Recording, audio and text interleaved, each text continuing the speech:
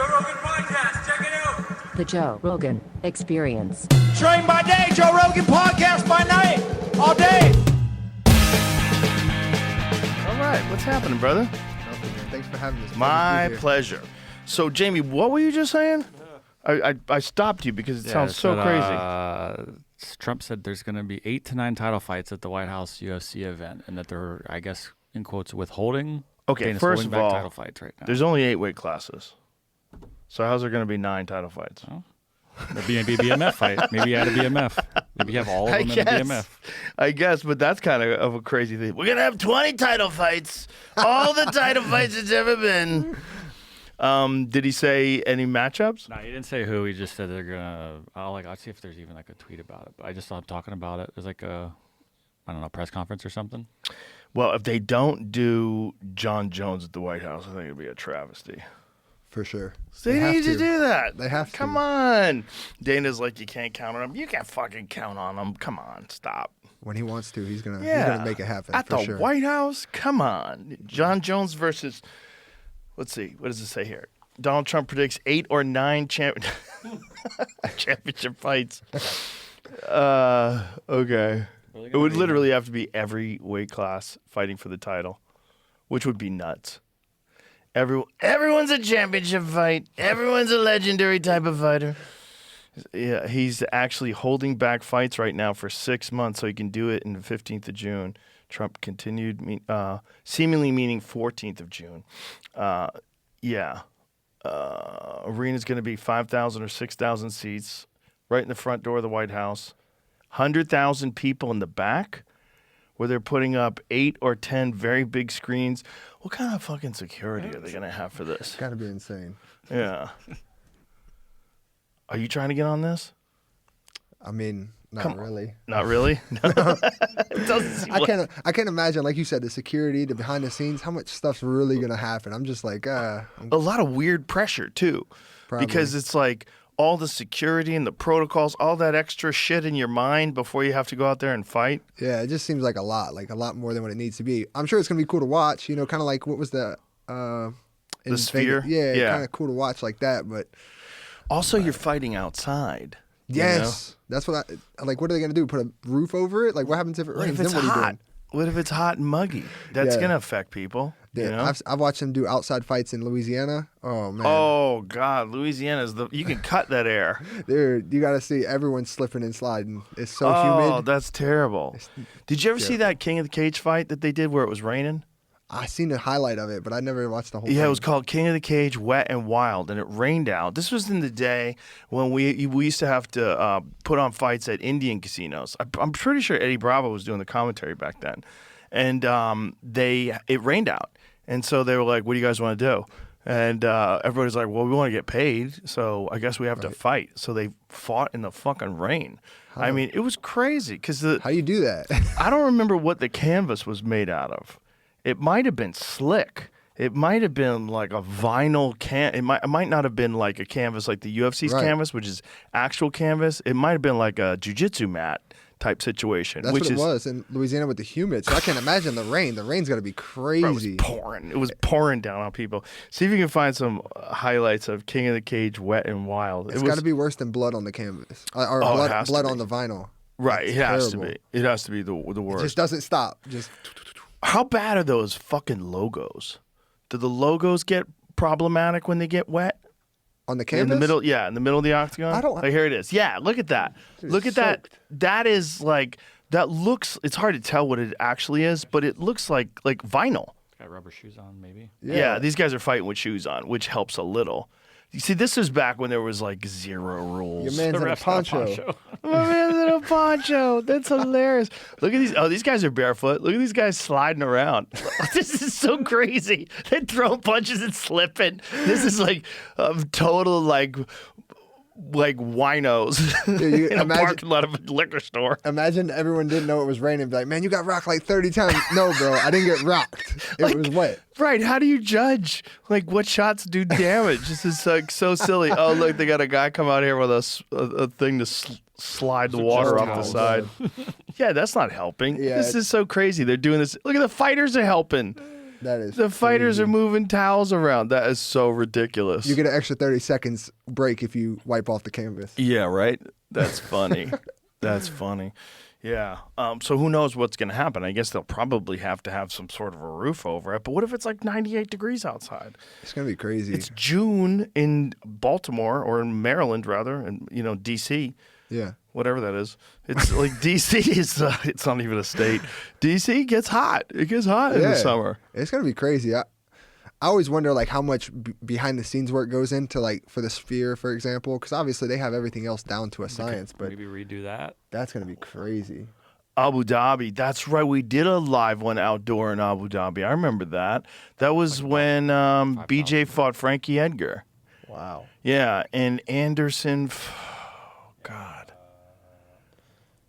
Damian Maya. Damian Maya, that's right. That's right. Oh, that's right. That was like Anderson and Damian had real beef, and so Anderson was like yelling at him in the first round, trying to kill him in the first round, and then he kind of ran out of gas, and so he just kind of coasted for the remainder of the fight, and Dana was really pissed because he just coasted and won a decision. They could just put that back out there. I guess, but that wasn't good, dude. By the way, in Abu Dhabi, they had these bugs that were flying around the size of small birds. It was crazy. I was like, this is because you're in the desert. Yeah. It's very weird. Very weird having an outdoor fight in the desert. It's like mosquitoes in Louisiana, man. They come out of them swamp Yeah. water, and I don't know what they're doing, but they're huge. Well, back in the day, they used to have fights like that in Vegas. They used to have boxing matches outside. Caesar's Really? Palace used to have them outside. Yeah. See if you can find some of those. I know. I want to think like they had some good fights outside, like some world championship fights that were outside Caesar's Palace. I think it'd be cool to say you did, but I don't think I want to do it at this level. 'Cause if something No, does go you're wrong, too close. You're Yeah. too close. Brendan Allen, you're knocking at the door, dude. You're right Hope there. so. You're That right division's there. crazy. I just saw Chimaev made a post today saying that he's only gonna do one more at 85, and then he's going up. What? Yeah, my wife sent it. He's to going to me. go to 205? That's what he said. That's crazy. She translated it for me. It was in Portuguese. Oh, wow. Look at this. That's Caesar's Palace. Dang. Yeah, that's crazy. I never knew that. Never. Yeah. Wow. And they had big fights there, too. Look at how big that is. Oh, my God. That's so crazy. But again, Vegas, outside, must be so hot. Has to be. That dry heat is something. That's crazy. Imagine being all the way in the back of that thing. You ain't seeing nothing. They don't got no screen up for the TV or nothing. Who is that right there? Who was that? Oh, Tommy Hearns fought there. Roberto Duran. Tommy Hearns and Roberto Duran was outside? Dang. That's crazy. In 1984. Wow. That's way before my time. Yeah, way before. I guess they probably didn't even have an arena back then that could keep those guys in it. I wonder when they started putting arenas in Vegas. That's a good question. It probably started for those big boxing matches. Yeah. Perplexity. Yeah, ask Perplexity, our sponsor. When did they start putting an arena in Vegas? I'm going to say 90. Because I think Vegas in the beginning was just all about gambling. And if there was a show, it was at a showroom in Vegas. Like, Yeah. if you went to see Sinatra or something like that, it was probably just a couple thousand people. It probably wasn't that big. It's crazy to see how Vegas is growing. Like even like before my time, I see pictures, but even since like I fought amateur worlds in Vegas, I wasn't even old enough to go in the casino, so they had to like walk me around in the Flamingo, I believe. Oh, that's crazy. It You was couldn't go nuts. in the casino? Couldn't do nothing. If I walked on the floor, they were on me. I'm like, bro, I don't. How old were you? 18, Oh, wow. 17, 18? No, 18. Yeah, 18, about to turn 19. And man, they were on me. I'm talking about like they must have had a watch on me. I stepped on the floor just to go across to get to the drink machine. Well, there was probably a big concern that if you have underage competitors and that they're wandering around the casino, they could lose their license. Yeah, because we stayed at the Link. It was brand new at the time. And then we walked across to Flamingo. We fought there every time until the finals. The finals was in the UFC Expo in the middle of the expo, which was cool because they had like the Hall of Fame ceremony going on. You were there. I seen you. Yeah. So it was cool. But yeah, it's crazy just to see it from there till now, like how much it's growing and changed, and Wow. it's pretty crazy. Like When to did see. you first start training? How old were you? 13. And what did you start with? Jiu-jitsu. I didn't even like really mean to be honest. Like I was playing football. I love football, and my brother came home because he switched schools, and his friend was like, "Hey, you want to do jiu-jitsu?" And we was watching, UFC on the weekends. That was like Randy Couture, Chuck Liddell trilogy, and all those guys. So we watched them on the weekends, and he asked, so we went there and looked, and I was still playing football. It was football season, and my dad's like, "You want to try it?" I was like, I watched the class, and I was like, "Dad, I want to do it." And he's like, "Okay, we'll use the trial gi." I was like, "Dad, I don't want to borrow a gi. Can you buy me one?" And my parents didn't have much money. My dad was just starting to do okay for himself at that point. He's like, "If I buy you this gi, I promise you for the rest of the year you're coming 3 times a week at least." I was like, "Yes, sir." So started and never looked back. A couple months later, my brother and my dad joined me, and we did it all together for a little while. Then my brother found girls, and he went his way. So, yeah, it's been a long road. That's derailed a lot of young prospects. It definitely got him. It definitely got him, man. That life took him elsewhere, and I don't know. Luckily, I stayed. He would have been better than me, though. He was a lot tougher. And Yeah, but it's a lot. Is he the older brother? It's He's my older usually brother. the younger brother that winds up being the real good fighter. Yeah, he because beat the me up a younger. lot. That's the thing. That's the thing. You learn resilience. You learn how to be the nail. Yeah. And the older brother oftentimes is too comfortable being the hammer. Yeah, but my dad would put him in his place. So luckily, he was used to being the nail a little bit too. My dad's a big man, so yeah, man, life is crazy. So when did you start striking? Well, my dad boxed when he was younger, and his grandfather taught him how to box, and he was like he did something like won like a Golden Gloves in the military or something back when they had like the boxing gloves that were made of like horsehair. Oh wow. Yeah, so he taught my dad to box, and so my dad boxed in high school, so he was kind of teaching me little stuff here and there growing up. But you know how it is, man. Who listens to their father? Now I look back and I'm like, man, I wish I would have listened more. And I say stuff that he was like, "What'd I tell you 10 years ago?"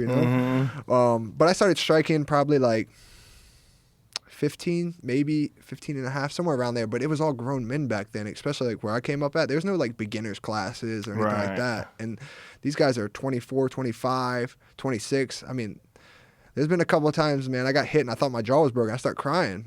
I mean, like smack. And it was just like, I couldn't open my mouth. And That's the problem with a lot of boxing gyms in particular, is that when new guys come in, they just beat them up. yeah, they You did. know, They beat me up. They for don't sure. they don't box you, like spar you rather. They fight you. Yeah, And beat they the know crap how to out of me. fight and you don't know how to fight. You know, one of my best friends who was with me, like I started with him, was Kurt Holloway. And him and Dustin Poirier were the two biggest where we were from at that time. So I remember Tim Crater reached out to Kurt. Crazy Tim. Yeah. And he was like, "Hey, why don't y'all come spar? We got Dustin." I think Dustin was just about to go to WEC, or he was right around there at that time. So we're like, "Let's go." Kurt's like, "Hey, you want to go?" "Yeah, let's go." So we go over there for sparring. And I'm sparring this guy, man. He had to be like 5'1". Like he was tiny, short. And Kurt goes with Dustin. And I'm sitting here trying to watch them go, because I mean, they're throwing. They're fighting. They're not sparring. And this guy's hitting me, and I'm like, "Get off me." Like, trying to watch. And the same day, like, so we sparred, like, I don't know, 4 or 5 rounds. It was nice. And then, and I'm only like 14, 15 years old at this time. And then it was start on the ground in your guard. And I go with Dustin, because everyone, like, said my jiu-jitsu was good. And it was for that time, but I was still just a kid. Dude, he hit me so hard when they said, literally, when they said go, it was like, boom, right in my mouth. And I was like, well, I guess this is what we're doing. I hurried up and grabbed and tried to sweep and all that kind of stuff. But, man, I never forget that moment to this day. Like, last time I trained with Dustin, I was like, "Hey, you remember that time you beat me up? Like, I'm not little no more." You're 3 weight classes above him now. Yeah, yeah. So, like, I see all the guys like that. There's one guy in particular. If I see him, I told everyone, I'm whooping his ass. One guy, you don't want to name him? His name's J Mart. Oh, okay. Great guy, nice guy. But But- training, I yeah. never forget the day he hit me so hard and thought my jaw was broke. I'm like, and I was little. Like, now I'm a grown man. Like, It is so hard to find like reasonable sparring. It's so hard to find people that are like willing to not hit you full blast and like preserve each other. You know, that like, hey, we're Right. all in this together. You help me, I help. And if you can get that, my God, you progress so much faster. yes. If you're in there there's something to be said for going through the fire and understand what it's like to be in a war with guys, but there's something also to be said for like learning how to recover and like having more training sessions and not getting concussions all the time. Yeah, it's like Sean Jordan was the first to tell me that. Was like he came and trained, and obviously Sean's huge, super athletic guy, heavyweight, and I'm talking about I watched him and this other big man. They were sparring, and they was literally like touching each other. So I asked him after because everyone else is fighting, and I'm like, man, what? How come you don't spar so hard? He looked at me and started laughing. He's like, Brendan, at this time I think he was like 270, somewhere around there, and he's like, I'm 270 pounds. I fought some of the biggest guys, like biggest names in the world at the time. He's like, I know how to fight. If I go full blast or he goes full blast, one of us is gonna get hurt, and then we're not gonna fight anymore. Like we're not gonna make money for our family. So I always took that in, and obviously I'm not like a huge guy like they were, but it's like even like when I was training in Florida, I knew when me and RoboCop go, we're fighting. Like I know it. That guy's scary. Both you guys, like, how the fuck are you making 185 pounds? And you're on a smaller side in comparison to him. Yeah, dude, it's my weight cut's way harder than his. Is it? Yeah, he walks, dude. Surprisingly, I asked him before because he has he has a great like physique, right? He's a big guy. When I see him, I'm like, bro, how much you weigh? He's like, oh, like 205. I said, no way. No way. He's like, I'll step on the scale right now. Steps on the scale, 206. I was like, no way. I've seen him a what little has he bit got? bigger. Bird bones? That doesn't even make any I sense. have no idea. I thought the same thing. But me, I step on the scale. I mean, right now I'm probably like 225, but I haven't done nothing since I fought. But I stay around 215, 220, and I'm the runt of my family. So like my body wants to get bigger, but I'm like, I got unfinished business here. So yeah, Joe's a big 85er. Joe Pfeiffer. Oh yeah, he has huge a hard 85er. cut. He's huge. He has a hard cut. That's why I'm like when he gets. Yeah, like Look at how this is one. that guy? How is that guy 185? Dude, he when I makes it. stand next to him, I'm like, how? Same. I can't believe he walks around 205 because that doesn't even make sense. That's what I seen him at. Hey, if it's a lie, guys, strike me down now because I think he rigged that scale. he must. Well, we He was all probably had using it. He probably had his heels on the ground. There, he was. I was super surprised. My boy Tuco was with me. We was all in the room. And I was like, because I called him out on it. Everyone else wouldn't say it. But I was like, nah. Was it after training? After training? Okay, and both of you after training. Yeah, and it wasn't a hard day. Like that day was not a hard day. Like we weren't like sweating. It wasn't like Right. a 5-6 pound practice day. Right. It was a pretty chill day into Even the week. if it was, I'd still be surprised. If he was only 211, I'd be surprised. Dude, but I know like when he had other fights, he was a little bit bigger because he wanted to be. I didn't understand, but still, that But Joe, I think, the Ritter probably has to be the biggest 85er. Like He's enormous. he was bigger than I expected, and I seen him, but I like in the gym I never went close to him because I rolled with him like one time in a quick thing. It was like a minute long. But like still, I was surprised when we stepped in there, like we stepped up to each other at face-offs, and I was expecting him to be a little bit bigger. I don't know, maybe I make everyone bigger in my head, but he was really long. Like even when we stood next to each other, his hands felt like they touched his knees. I was like, all right, this is gonna be interesting. Yeah, I was surprised when I first met him in the UFC. When he first came over, I was like, because I saw him fight and won, and I knew he fought I believe he fought at 205 and 85 over there, right? Right. And when I saw him, I was like, how the fuck are you making 185 pounds? Like, you look like a light heavyweight. This episode is brought to you by Happy Dad Hard Seltzer. A nice cold Happy Dad is low carbonation, gluten-free, and is easy to drink. No bloating, no nonsense. When you're watching a football game or you're golfing, watching a fight with your boys, or out on the lake, these moments call for a cold Happy Dad. People are drinking all these seltzers and skinny cans that are loaded with sugar. But Happy Dad only has 1 gram of sugar in a normal size can. You can buy Happy Dad on the GoPuff app and your local liquor and grocery store, including Walmart, Kroger, Total Wine, and Circle K. And you can't decide on a flavor? Grab a variety pack. Lemon lime, watermelon, pineapple, and wild cherry. They also have a grape flavor in collaboration with Death Row Records and Snoop Dogg. They have their new lemonade coming out as well. Visit happydad.com for a limited time offer and use code ROGAN to buy 1 Happy Dad trucker hat and get 1 free. Enjoy a cold Happy Dad. Must be of legal drinking age. Please drink responsibly. Happy Dad Hard Seltzer Tea and Lemonade is a malt alcohol located in Orange County, California. They were worried about that when he came over because he never made a real true 85 because they have the Hydration the clause? hydration, so he can weigh in at 204 but fully hydrated, and they still know how to finesse that. Like I just learned like how they finesse that. How and they stuff. finesse that? So they drink a whole bunch of water, and then they don't pee, they don't do nothing. They drink that water and then go cut the weight. It stays in their stomach, so when they piss it out, it's clear. It's all good. So they test that hydration. They test that they're hydrated, but they're really not. Oh. They already went and sweat out a whole bunch. So they drink it. They just hold it. That's how all the guys do it. Some guys mess it up, but that's majority how everyone does it.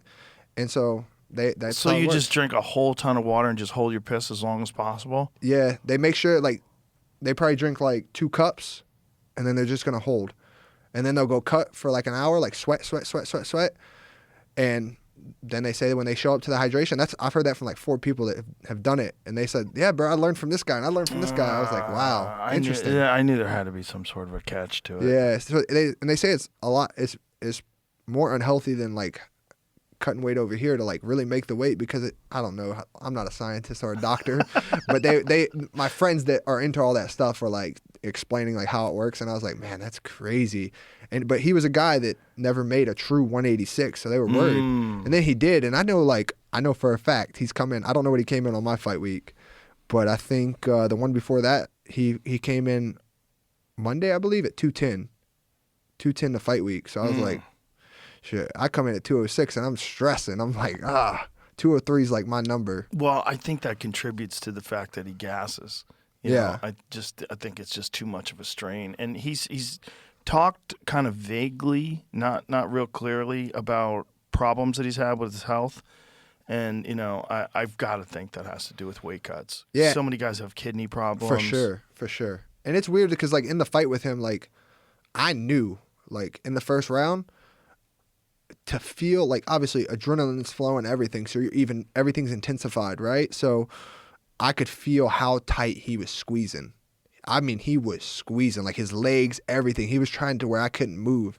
So I just make little adjustments and make him move a little bit. He'd punch very rarely, but I was like, it's impossible for you to keep this up for 25 minutes. It's impossible. I know you're not going to do it. So just bide my time. Plus, I didn't want to gas either because it was short for me. Short notice, five rounds, you know. It was a little worrisome, but I knew he couldn't. And we did a lot of prep for him specifically, and we saw the Russian that he fought and won. And I was like, we had our game plan before we watched it, and then we watched it and was like, here we go. Yeah. That's why everyone asked me, like, what's going to happen? I'm going to break him. He's tough. He is tough. But, you know, like. Well, if he comes out with that mentality, if he's trying to go full blast 100% in the first round in a 5-round fight, like, Right, like, exactly. Nobody can really do that. Yeah, and like I told the guys, like, because obviously he trains where I was training, and they all know me, you know. So it's like, if you think you're gonna come out here and he said in his interviews, like, I'm a front runner, I'm not good long, but I approach a 3-round fight differently than I approach a 5-round fight. So I was like, all right, we'll see, and it kind of backfired. Well, it was a big win for you. Thank you. Huge win. You looked fantastic in that fight. Thank you. You know, it's like there's just so many talented people in the division. It's so hard to stand out. And sometimes, you know, you take a guy like DeRitter who just got done stopping Bo Nickel, and there's a lot of momentum on his side. He looks real good. He beat Kevin Holland, submitted him, looks real good, and then you came along and stole that momentum. Yeah, it was weird, to be honest, because like when he got there, I was like, I want to fight him, just because like things of like he fought one of my friends, which now I guess they're best friends. But Who was that? Ong Lao and Seng. Oh, okay. He took both his titles from him. Right. So like, there was no animosity, but it's like, I want to test you're a ground guy, like I'm a ground guy. Let's see. And then it happened. He got there to UFC, and I was like, I want to fight him. Like I was obviously, I think at the time I was like 12 ranked, somewhere around there. But I was like, let him get 1, 2, and obviously his name's going to carry him, you know? So that came, and I never forget. I was leaving an LSU game. I was in the parking lot. My manager called, and I was like, man, can we just get a fight, please? I've been asking for like 3 months. Like, please, I just want to fight. Because I'm very like, I get in this mode to where I just want to fight, and I'll just keep bugging him. I'm like, hey, you want me to call Mick? you want me to call Hunter? Like, and he was like, no. But anyway, so I stayed on him. He called me. I was like, hey, what about DeRitter? He was like, come on, man. He had just fought. I think he beat Gerald. And he was like, I think I can make this happen. He texted me back a couple minutes. Hey, they're good to go. The next day they called back and they were like, nah, they're not gonna get the fight. Like they don't want this fight. It's not the right time. I was like, all right. They're like, what about Fluffy? I was like, I asked for him 2 months ago. So that's when I ended up fighting Fluffy. And it just so happened he fought the Bo Nickel, got all that hype, and I don't know, man. Again, I was at an LSU practice and they called me and they were like, hey, my manager called me and he was like, just want you to know, Fluffy's out. I threw your name in the hat, but you're not the front runner. It's Paulo Costa. He's the front runner, but I'm pushing for you because I just saw Paulo yesterday. I don't know how he's going to make 85 in 4 weeks. Yeah, he needs a lot of time to make weight. He's another guy at Yeah. 185. Do you think that it could ever be possible for guys to just fight without cutting weight? Wouldn't I don't that think so. be? But wouldn't that be better? It would be nice. Just wouldn't it be better, like overall for everybody? I think so. Yeah, for Because, sure. like, here's like if everybody just was honest about what they actually weigh, you know, like let's find out what everybody actually weighs when you're in shape, like Right. when you're ready to fight, and make a contract to fight at that weight. Because this whole weight cutting thing is just legalized cheating. It's so hard, and some guys are so good at it, you know. But Like how about Pereira? dude, I don't know how he made 85. He would weigh 226 when he would fight for the 185-pound title. Crazy. Doesn't even make any sense. I don't get how you can put on that much weight. The most I ever put on was this last fight. I was 207. Bro, he gained 40-something pounds. I don't get it. 40 pounds in a day. Blows my mind. What does that feel like? Like, what does that do to your Right? body? I always wonder that because like this was tough for me. 1 month full diet. Like I don't usually have like a couple cheats and ease into the diet. Like I'm starting to do now because I'm hoping to fight in March. So I'm already gonna start, being cleaner and stuff. Are you concerned, though, that you could get another of those last-minute calls? Like, do you think like that? Like, to not get too heavy? Because if somebody calls and says, hey, the big Paramount card, somebody fell out, it's January, can you fight? I think where I'm at, it would have to be like an interim title or something like that. Outside of that, right now, plus like the reason I'm so big and I was out, like I had fractures in my foot, so I had to, Did you have fractures in your foot from the fight, or just you had them before the fight? Yeah. Oh, God. Yeah, which we didn't know. I just knew it hurt. Like, and to be honest with you, like I had them before the fight before that, but I didn't know. Like I was just like, man, it hurts. wow. Like I thought it was just like a muscle, so I just would roll it out, Theragun it, like, that's what I would do. How many fractures? They said they saw 3, but they're small. There's like right where like the toe meets the base of your foot. Oh, is it from elbows? I don't know. It was on my lead foot too, so I was like, I don't even know. Like I don't teep a lot because I'm scared of like stuff like that. Yeah. Yeah, but I fought with crazy stuff, man. I tore my whole like ACL in half, calves, everything when I fought Paul Craig. Did you really? Yeah, when that calf slicer Uh-huh. in half. It just blew your ACL out. Yes. Oh, I didn't know. So like in the second round when I go to throw the punch, I think it was Dominic Cruz. He was like, "Oh, they clipped each other," and they showed the replay, and he hits my hand. He never hit like my face or anything, But but your knee just buckled. yeah, it gave, and you can see me reach down to my knee in that moment. Oh, wow. It was crazy. So afterwards we got that, but I was lucky. Like when it healed, it like it fell to the bone. Like if they attach like up here, mine just reattached here. So I just have a little bit more play, and it's still attached. Luckily, Really? yeah, that's how it So healed. you never got surgery? Never. I was very lucky. Wow. Insane. There's like 3 different MRIs that show like fine, tore in half, re-healed. So it was a partial tear. No, they told me it was in half. It cut in half and then like fell. And when it fell, I got lucky and it fell on the bone just lower at a lower point. And it healed on And the it bone? fused to the bone itself. What? Yes. How long did it take to do that? I don't know. The doctor said it could. It says it looked like it was torn, maybe like a slight tear before, and that one finished it. And the last MRI was probably 4 or 5 months ago, because I had to get it for something else. Mm-hmm. Fused to the bone, perfect. You can see it clear as day. The doctor showed me. I was like, "That's pretty cool." Did you get stem cells or anything on it? Yeah, I did. I did do a lot of stem cells, like through the UFC and stuff. They sent me that. probably helped. It was Did you go nice. down to Tijuana? No, they sent it to my Colombia? doctor. No, they just. They just sent it. It was nice, and they just sent a whole bunch. Like my doctor was like, "Man, look how much they sent." I was like, "I don't know what it's Right. supposed to look like." Fill it up. Let's yeah, go. let's go. So we injected that, but yeah, man, I fight with all crazy stuff because it's like I don't know. I don't know how to pull. That's the thing that people need to realize that watch. Nobody fights at 100%, or Never. very few people. Very, very rarely. And I There's just don't no know injuries. how to pull. Like, I've never pulled from one. Knock on wood. I haven't pulled on one fight in my career, and I've been pretty messed up. I think my worst was when I fought EM Evolve. To be honest, physically, I was like as far as like how my body was pretty good, but I didn't realize like how much of a toll because I like have a thyroid problem, and I went years without getting it checked, and for like a while I was feeling like real sluggish, real tired, no sex drive, nothing. Like I didn't want to get out of bed, and my weight was just steady going up. For the first time in my life, at that point I hit 220, and I was like, what is going on? Like I'm still training, I'm eating clean, and anyway, I went to a specialist in Florida, and they tested everything like T3, T4, and I never had T3 checked ever, and it was like 7 times the normal value, whatever that was supposed to be. I have it on a paper, whatever. They gave me that, and they were like, "Hey, man, I'm gonna let you know." I was fighting in three or 4 weeks in France, and they were like, "Hey, this is gonna take a month and a half, 2 months to regulate and fully settle out." I was like, "I don't got that kind of time. Just give me enough to where my weight will come down," because I wasn't losing anything. They're like, "It's gonna do that. Don't worry. Within a week or two, that's gonna happen." I was still pretty tired, but I just kept pushing. We went to London first, stayed there a week because it was cheaper for us than going to France because my friend had family there. Then we went to France, and then I was still feeling like tired. That was the first camp in my life I couldn't do more than 2.5 rounds, the whole camp. Really? Bysanger was the only person that I had to train with. Greg was hurt. Other guys were out, so I had Bysanger every day. I paid him to train with me every day whenever I wanted, sparring, anything. And ask him. I do good for the first round, halfway through the second.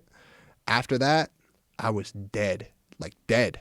And I'm still hitting my runs, my lifts, every training session. Like I'm doing everything normal.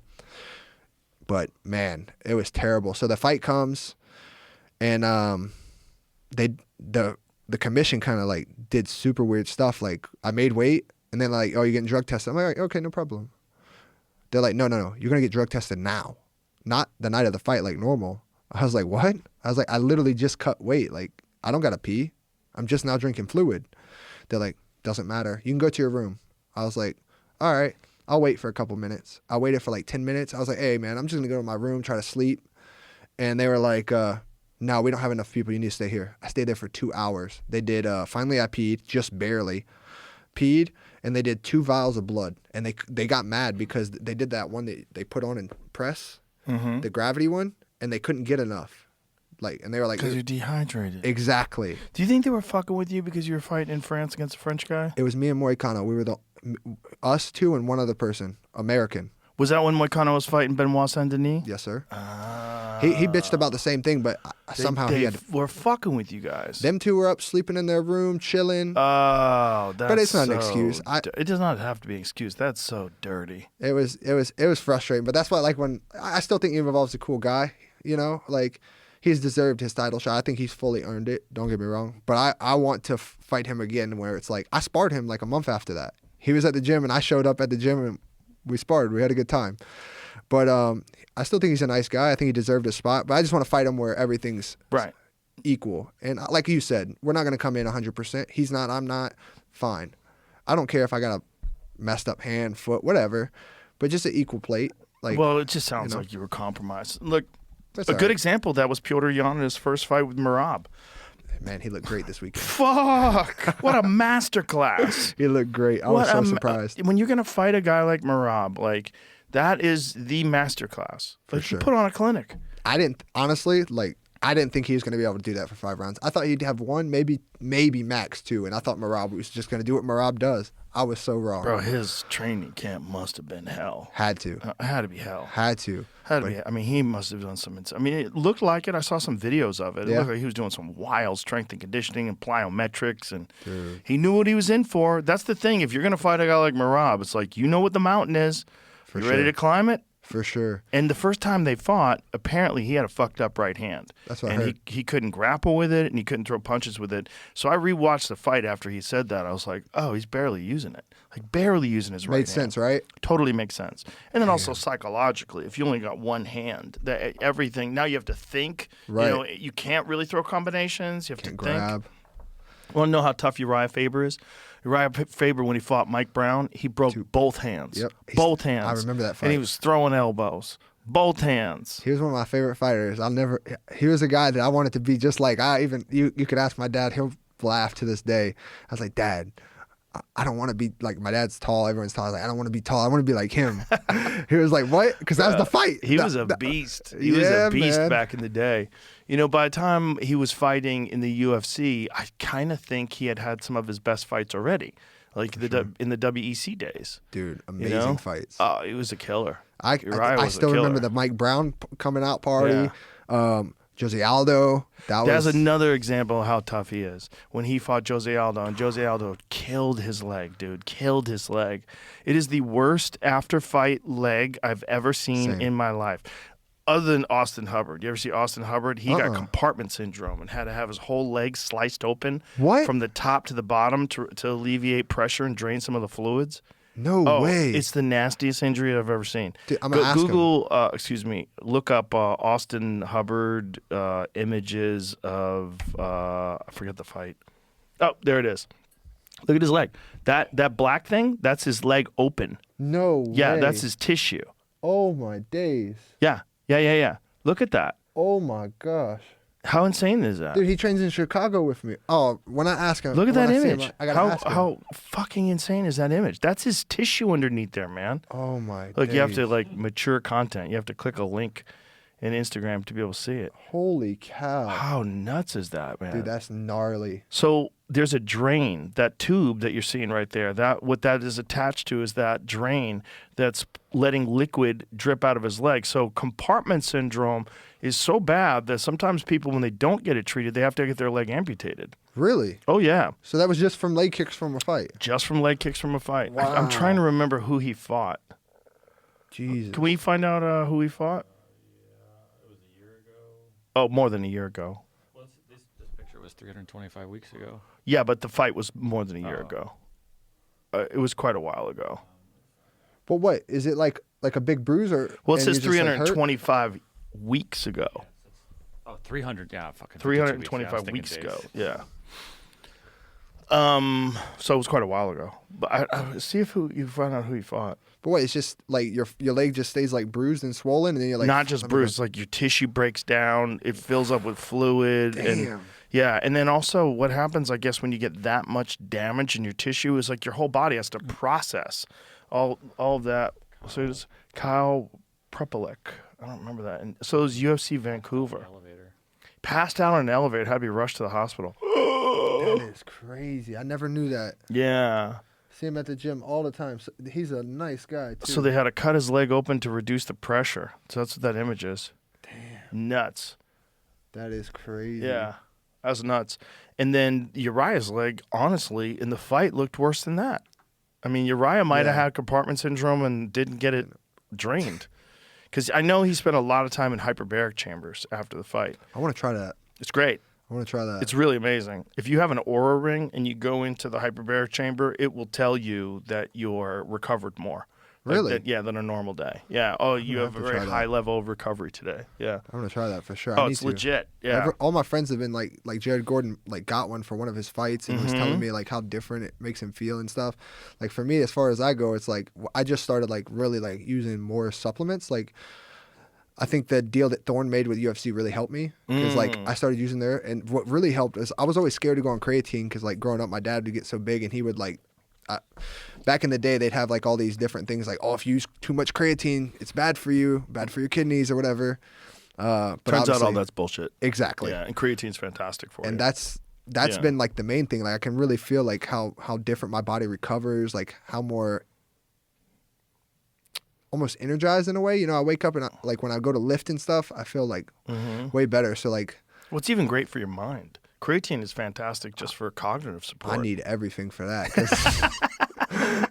I've been getting hit in the head since I was 13 years old. So, yeah, sometimes it don't function properly, I have to, it's funny, me and my wife were just joking the other day. We were like, I was like, babe, you do that on purpose, don't you? She's like, what? I was like, you try to use memory against me. You'll wait till I forget something. And then you'll be like, oh, remember you said this? And I'm like, I didn't say that. And I have to die on that hill because it's like, I don't remember, but I don't tell her that. I'm just like, no, I didn't. I know I didn't. So, but yeah, that was a great relationship that's helped. Like, UFC's done like a lot of made a lot of good partnerships that's helped like the athletes. But for me personally, like the Thorne relationship. Yeah, Thorne makes great stuff. Yeah, and they're so tested. If you get in a hyperbaric chamber, it'll help your memory as well. Hyperbaric chamber is just good for overall recovery for everything. There was even a study out of Jerusalem that shows it lengthens telomeres. They did this process where they had you took 60 sessions of 90 minutes. Over the course of 90 days. So 60 hour-and-a-half sessions over the course of 90 days, and it showed it lengthened people's telomeres. That was really? Yeah, that was equal to a 20 age difference. Wow. So, 20-year age difference. So it's like your telomeres as you get older, that's like one of the clear marks of biological aging is how long your telomeres are. That's good to know. Yeah, it indicates, like as you get older, they shrink, and there's a few things that they've shown that will increase telomeres, but nothing as dramatically that I've ever heard, other than the hyperbaric chamber. That was probably the best one I've ever heard of. Yeah. I've been like trying to learn more about recovery because I'm kind of like. How old are you now? I'll be 30 in a couple weeks. Yeah, that's when you got to start thinking about it. When you're 22, you're just a wild man. You wake up in the morning with rock hard boners. Like, everything's fine. You just show up to training. You don't even stretch. Now I'm like, wait a minute, guys. Wait a minute. The thing is, even if you're 22, you should stretch. That's just youthful ignorance. God, there's so many guys that can't. I remember I was talking to, I don't want to say his name because he's a good guy, but he's like a world-class MMA fighter, and I was trying to show him something. We were talking about like guard technique. He's like, I can't, and I'm not flexible. I can't get my leg like that. And I go, what do you mean you're not flex? I go, why aren't you flexible? He goes, I don't stretch. I go, how do you not stretch? You're a world-class fighter who tries to kick people in the head, and you don't stretch? Crazy. That's so crazy. He's like, it's boring. I'm like, okay. Yeah, a lot of things are boring. Like that you don't stretch is so crazy because like anytime someone says, I'm not flexible, I'm like, how do you know? Right. Like you don't know if you're flexible until you start stretching for a long fucking time. Right. You can get flexible. It's like, I don't have any cardio. Well, you can get cardio. That's a choice. Fucking do cardio and you'll have cardio. This is crazy. Yeah, but you're really flexible. Yeah, but it's like I'd never stopped, but I started when I was little. I developed flexibility while my body was still maturing, which is very fortunate because you're not like so stiff tense. yet. It's like you can get flexible early, but I'm 58 years old. It's not easy to stay flexible. I just keep fucking stretching. I didn't know you was 58. I'm old as shit, dude. I didn't know that. I thought you was younger than that. You're older than my dad. I'm old, dude. You're in good shape, though. Thank you. I keep up. I'm scared of death. I'm not scared of death. Death is inevitable. What I'm scared of is being feeble, like where you can't do things anymore. You can't go on a hike. You can't use your body. Like I work out just as hard now as I did when I was 30. I make my wife always worried because I'm like, I don't know. I don't honestly know if I mean it or not. I'm like, I don't want to be 80 years old. Like, for instance, like. You gotta not say things like that around ladies sometimes. They don't like She's like, especially no, don't say wife. that. I need you. Like, we're a team. And I'm like, babe, look what I do for a living. Look what I've done. Like, my body's not like that. Like, and like, I don't know. Maybe I say that, but then like I get out of working out for like, I haven't worked out in like 2 months and I'm like, I'm itching like a freaking fiend. I'm like. So when you say I haven't worked out, like you don't do anything for 2 months? I haven't done anything. I went in the gym twice. Really? I went in the gym twice. I did one run and one lift.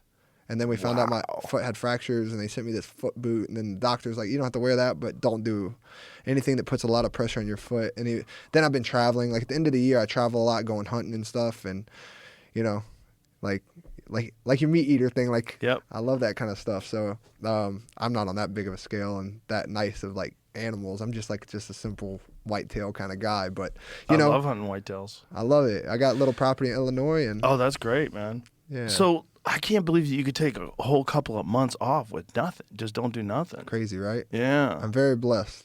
Like, Well, it's probably smart. It's probably smart to do. I've It's heard good of and bad. A few people do that. it's good and bad. So like I only do it this much at the end of the year because it's hunting season and holidays, my kids' birthdays, and kind of my kids' birthdays are right now or back to I guess all the time they're back to back to back. So it's like, all right, we'll do that. We travel, but it's only end of the year. Usually I'll take a couple weeks off, maybe a month max, depending on my injuries after a fight.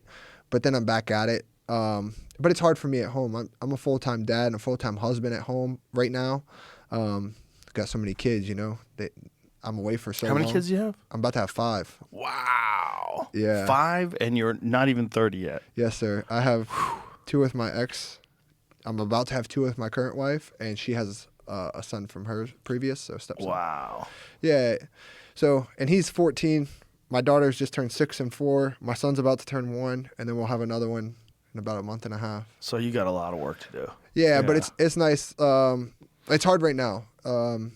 Kids have schedules, and now like my little girls do jiu-jitsu. My stepson was playing football for the first time this year, and he's a basketball player because my wife was a pro basketball player, and so he's always got something going on. But at my new house that I'm working to build, I have like 2 gyms, full gyms, so like I don't have to leave. Oh, that's nice. I could bring people in to train. I have my full cage that I used to have for my promotion. So Well, even if you realize I only have 40 minutes before I have to leave, but I can get a half-hour workout on real quick, and you could really burn it out for a half an hour just to keep the machine oiled. Exactly. But the argument about taking time off, it does reset the brain. Like, you know who used to do that? I know he's not a fighter, but Ronnie Coleman.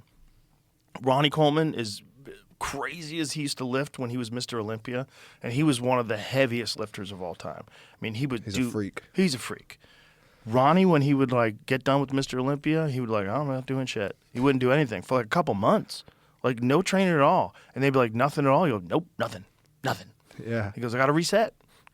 But That's what it imagine being so driven that you could train the way that guy trained, and yet so wise that you're like, I'll get it back. Let me just chill. Yeah. Let me just chill. And That's it what it feels wasn't like. it turned him into a lazy person. Like, that's what everyone's afraid of. Oh, I'm going to lose this momentum. I'm doing so good. Everything's going so great. I'm working so hard. I want to keep working hard. Because we've all had, if you live a life, you're going to have ups and you're going to have downs. And like you were going through your thyroid issue, there's going to be times where you don't have a lot of energy. So when you're feeling good, you want to keep going. Right? And this guy gets to Mr. Olympia. But he has the wisdom to go, you know what? I can get that back. Right now, let's just not do shit and let this mind recover. Let this stress just go away.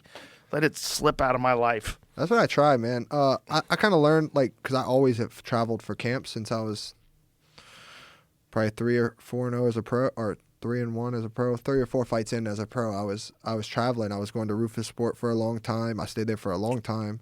Then I went to Florida for a long time, and now I'm at Chicago. And always. What gym are you on now? Valley Flow. Oh, okay. And War Room with Bilal Muhammad. Bilal, yeah. So, and that's been a great change. Mondays. Yeah, man, he's so good. Woo. Both the brother, he got a little brother. Oh, really? He's a stud. I believe it if it comes out of that family. Yeah. Baja Mondays is a beast. He's a stud. The little brother is a stud. He helped me for Marvin's fight, I think. And then Nacho helped me a little bit for this last one. How did you choose going to Chicago? I've known Bilal since Rufus Sport, and obviously we stayed in contact. When we see each other, it's like we never, haven't seen each other. And he's always told me, like, bro, just come down, just come check it out. You don't have to stay or nothing. Like, stay at my house, but you don't have to move here or nothing. He's like, just come check it out. So I watched his rise and what he does and his work ethic and his team. And after the Fluffy loss, I kind of sat back, had some conversations with people that are really close to me and explained, like, what was going on with me, like, mentally and where I felt. And Bilal was one of the people I talked to, and he's like, I know what the problem is, and everyone that I talked to, which wasn't a lot, they all said exactly the same thing. So I was like, B, can I come What's train the with problem? you? What was the problem? Complacency. I know who I can train with and not go hard. I'm the coach of my own thing. Like, I'm running my whole camp basically. I go to Wagner. You were running your whole camp? Basically, I'd be like. You go to Wagner's for jiu-jitsu? Yeah, I'd go to Wagner's for jiu-jitsu. I'd be at Killcliff, but I'd be in the corner doing my thing because you had the Russian coach over here teaching some crazy stuff that don't make no sense. What do you mean? Like, they'd be teaching some stuff off the wall that would never work. you know? Really? Yeah, but the Russian kids, like they were in the classes, like they got young guys like Ansar, Nikita, like Bysangor, he wasn't even there. Like those guys, they were like, come over here, let's do something else. Like they have like real MMA knowledge because they fight and they've learned from, you know, all the guys from where they're from. But So yeah. who are these Russian coaches that are teaching It was just wild one, shit? man. You don't have to say his name. Yeah, he's not there no more, but But he was a legit coach? he never fought. Okay. Did he Never. fight in anything? Never. Kickboxing? Nope. Nothing? I don't know if he even competed in wrestling, to be honest with you, ever. I don't know. Okay. Is he, does he spar with people? Nope. How old is he? I would say in his 30s, I would say. What? Really? I would say, yeah, I would guess. And he's a coach? They But he's coaching unorthodox stuff? Like what kind of stuff? like is he- stuff against the wall, but it was like, for instance, I don't remember what it was. It was against the wall. I was going with my friend AJ, Aaron Jeffries, and it was some takedown off the wall, right? AJ couldn't get it. I was like, bro, this, and I don't say it out loud because I don't want no problems, you know. Like, Right. I'm gonna just go with the flow and mind my business. But you know, I've been doing it long enough to where it's like you realize this move's probably not gonna work for my body type or my game, Right, but I'll right, try right, it. Right. And so anyway, he was doing it, and AJ's like, bro, I don't get it. I was like, yeah, because this shit ain't gonna work, bro. He was like, what? I was like, it's not gonna work. I'm telling you. So he calls the coach over, and he was like, how can you do? The guy looks at me. He goes, he's telling him, and then he looks at me and goes, stop it. Me? He's like, yeah. I was like, bet. He tries to do it. I literally grab his wrist, grab his head, and throw him. Boom. Is he your size? He's bigger than me. Oh, wow. Throw him. And so it didn't work. No. He's like, let me try one more time. Let's go full speed. I said, shit, that was full speed. Do the exact same thing, but do it the other way now. Boom. Throw him again. AJ looks at me. He says, the coach says something. I was like, then I get agitated, right? Then I'm like, man, that's because this shit ain't going to work. I told y'all don't listen to me. I just walked off. Oh, that's not good vibes. You know? So I just walk off. And I was like, I ain't So taking how did this this damn class guy no more. become a coach there? Sticking around and translating. Oh, no. You know, there's those weird guys like that. I'm not saying that this guy's like that, but Yeah. there are some weird guys like that become parasitic. You know, they're like friends with a guy who's a really good fighter, and then they're always there, and then they want to be a part of the team Yep. somehow, and then they start contributing, or they start maybe running conditioning drills or something. You're like, why is this guy running conditioning drills? With his That's exactly how it went. Oh, that's the worst. Exactly how it went. Literally, Those- tip for There's weird parasitic relationships in any elite like thing, whether it's sports. I see it in comedy. There's some comedians that have weird parasitic friends that wind up, you know, becoming a producer on their thing, and there's just some guy who just like a lamprey clinging to the bottom of a shark.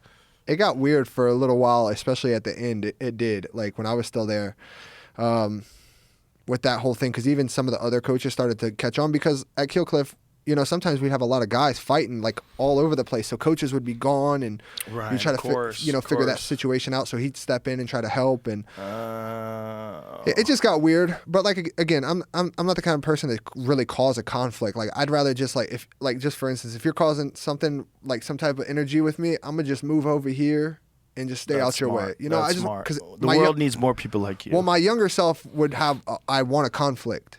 I'm gonna course. I'm gonna show you. Right, of course. But now- as you go wiser, Yeah, yeah, like and you realize like what's the also.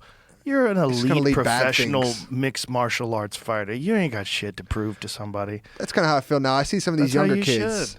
should. I see some of these younger kids now, and I'm just like, I'm gonna just stay over here. It gets people hurt. It ruins your life. And that's what It it'll can be ruin for your me. life. I don't want that to happen because like I have kids, I have a wife, I have a good life, I live very nice. Like as far as like my lifestyle, like I'm here with you right now. You know. Also, it's fucking pointless.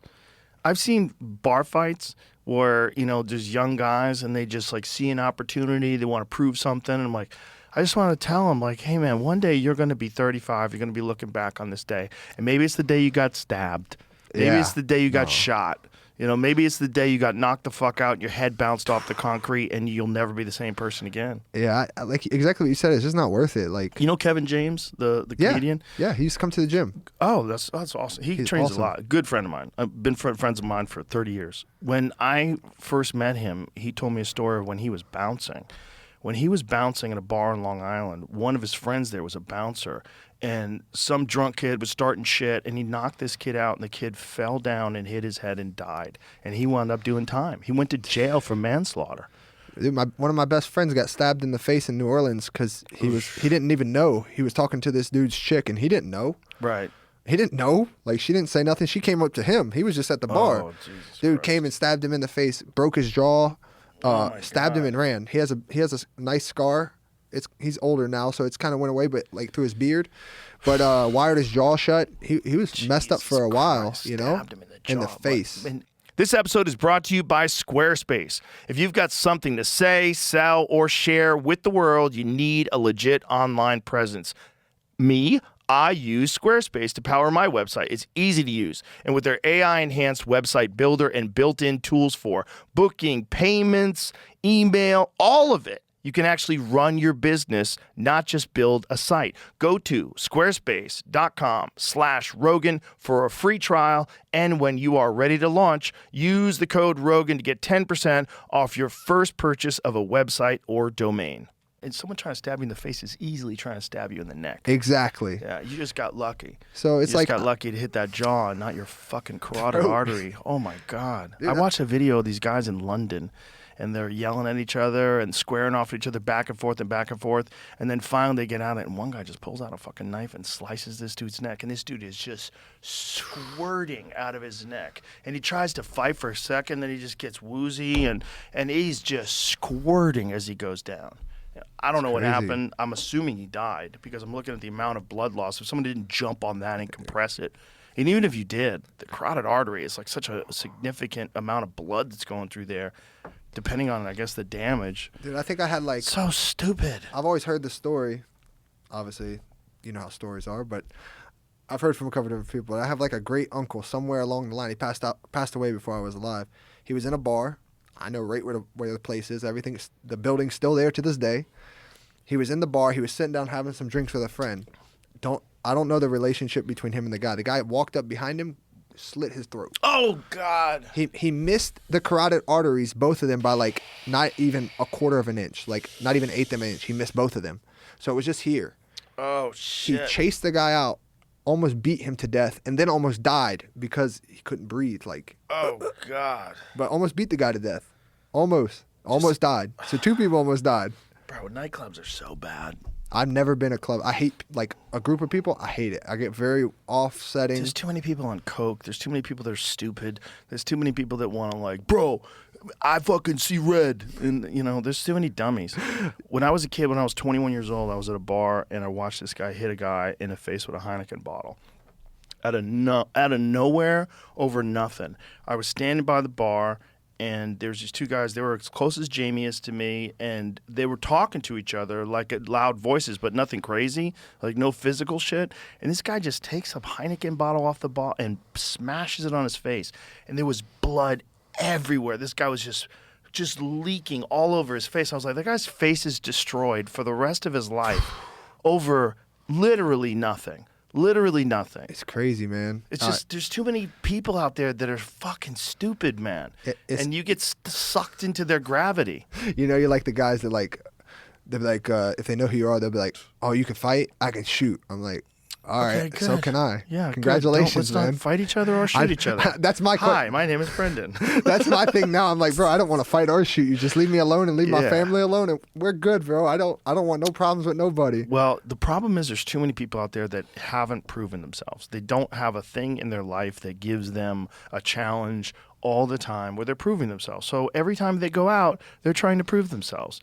Every time they go out, they're trying to puff their chest out and be Billy Badass. And it's so dangerous.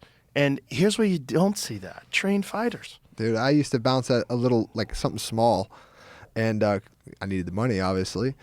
And I will never forget, man, this little dude, he had to be like this tall, short and fat.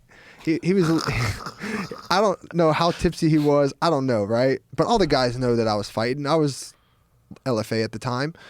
And they always told me, hey, man, don't worry about hitting nobody. If someone swings at you, I got you. Or just hit them and say I did it.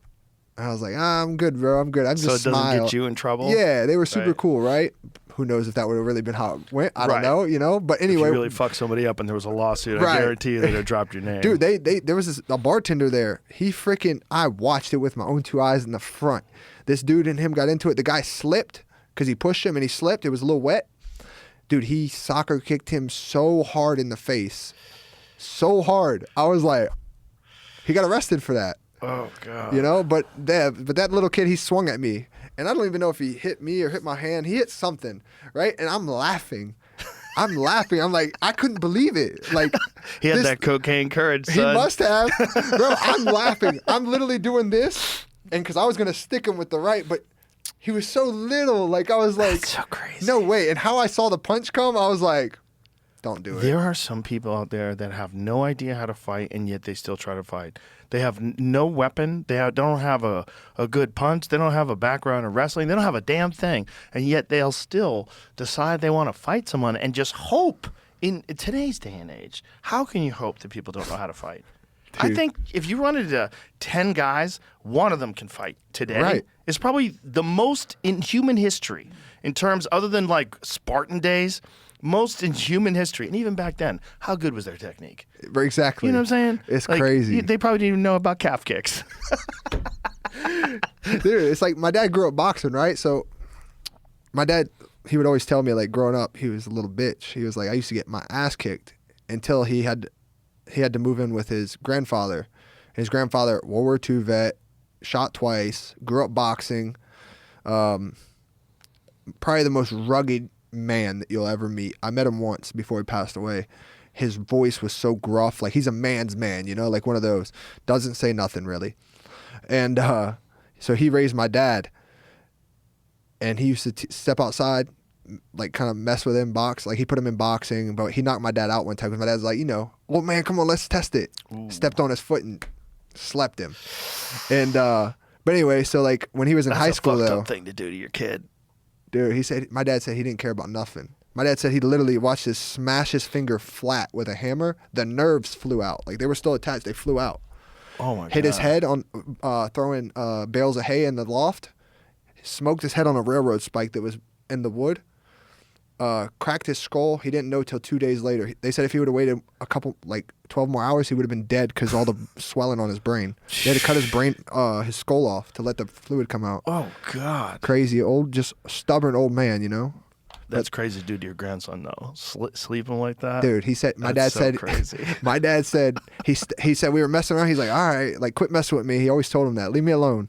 He kept on.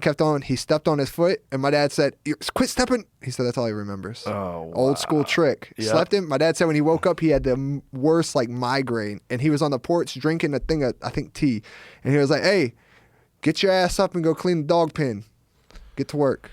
Bro, those dudes who came up through World War II that's a different kind of human being. Yeah, you know, so it's like human being. Like that's just kind of like how my dad was. So like when he got to high school, like he wasn't the kind to go look for trouble, but he was the kind of person like my dad told me as well. Like you stick up for the people that can't stick up for themselves. Yeah. Or if someone fucks with you, like do what you got to do. Just don't.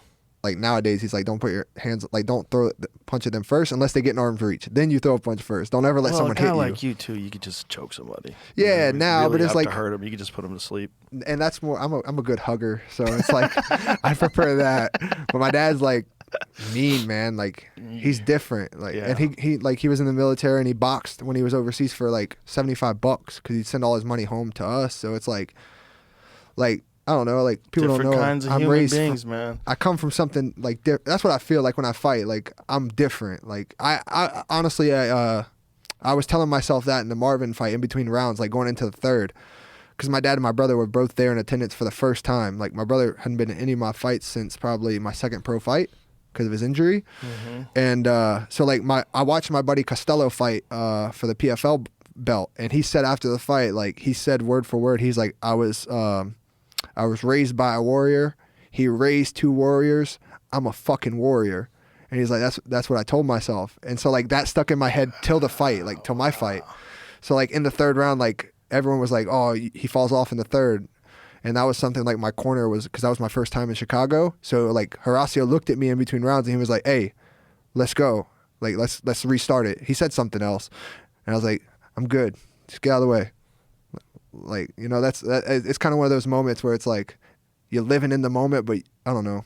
Well, I think just having a coach is really important. It's really important, especially having an elite coach. Having a coach that's really on top of it, Yeah. I guess Saif Sayoud, Faraz Zahabi, Duke Rufus. Great having coaches. someone who's like really on it, really watching you, really knows what you need, really knows when you need to back off. Because the fact that you did so well and that you were coaching yourself is kind of fucking crazy. Well, when I say I you had had coaches. Yeah, exactly. But I didn't have a main exactly. coach. Yes, sir. Exactly. That's the difference. So for people that don't know, okay, if you're listening to this and you're just interested in MMA, generally there's a striking coach.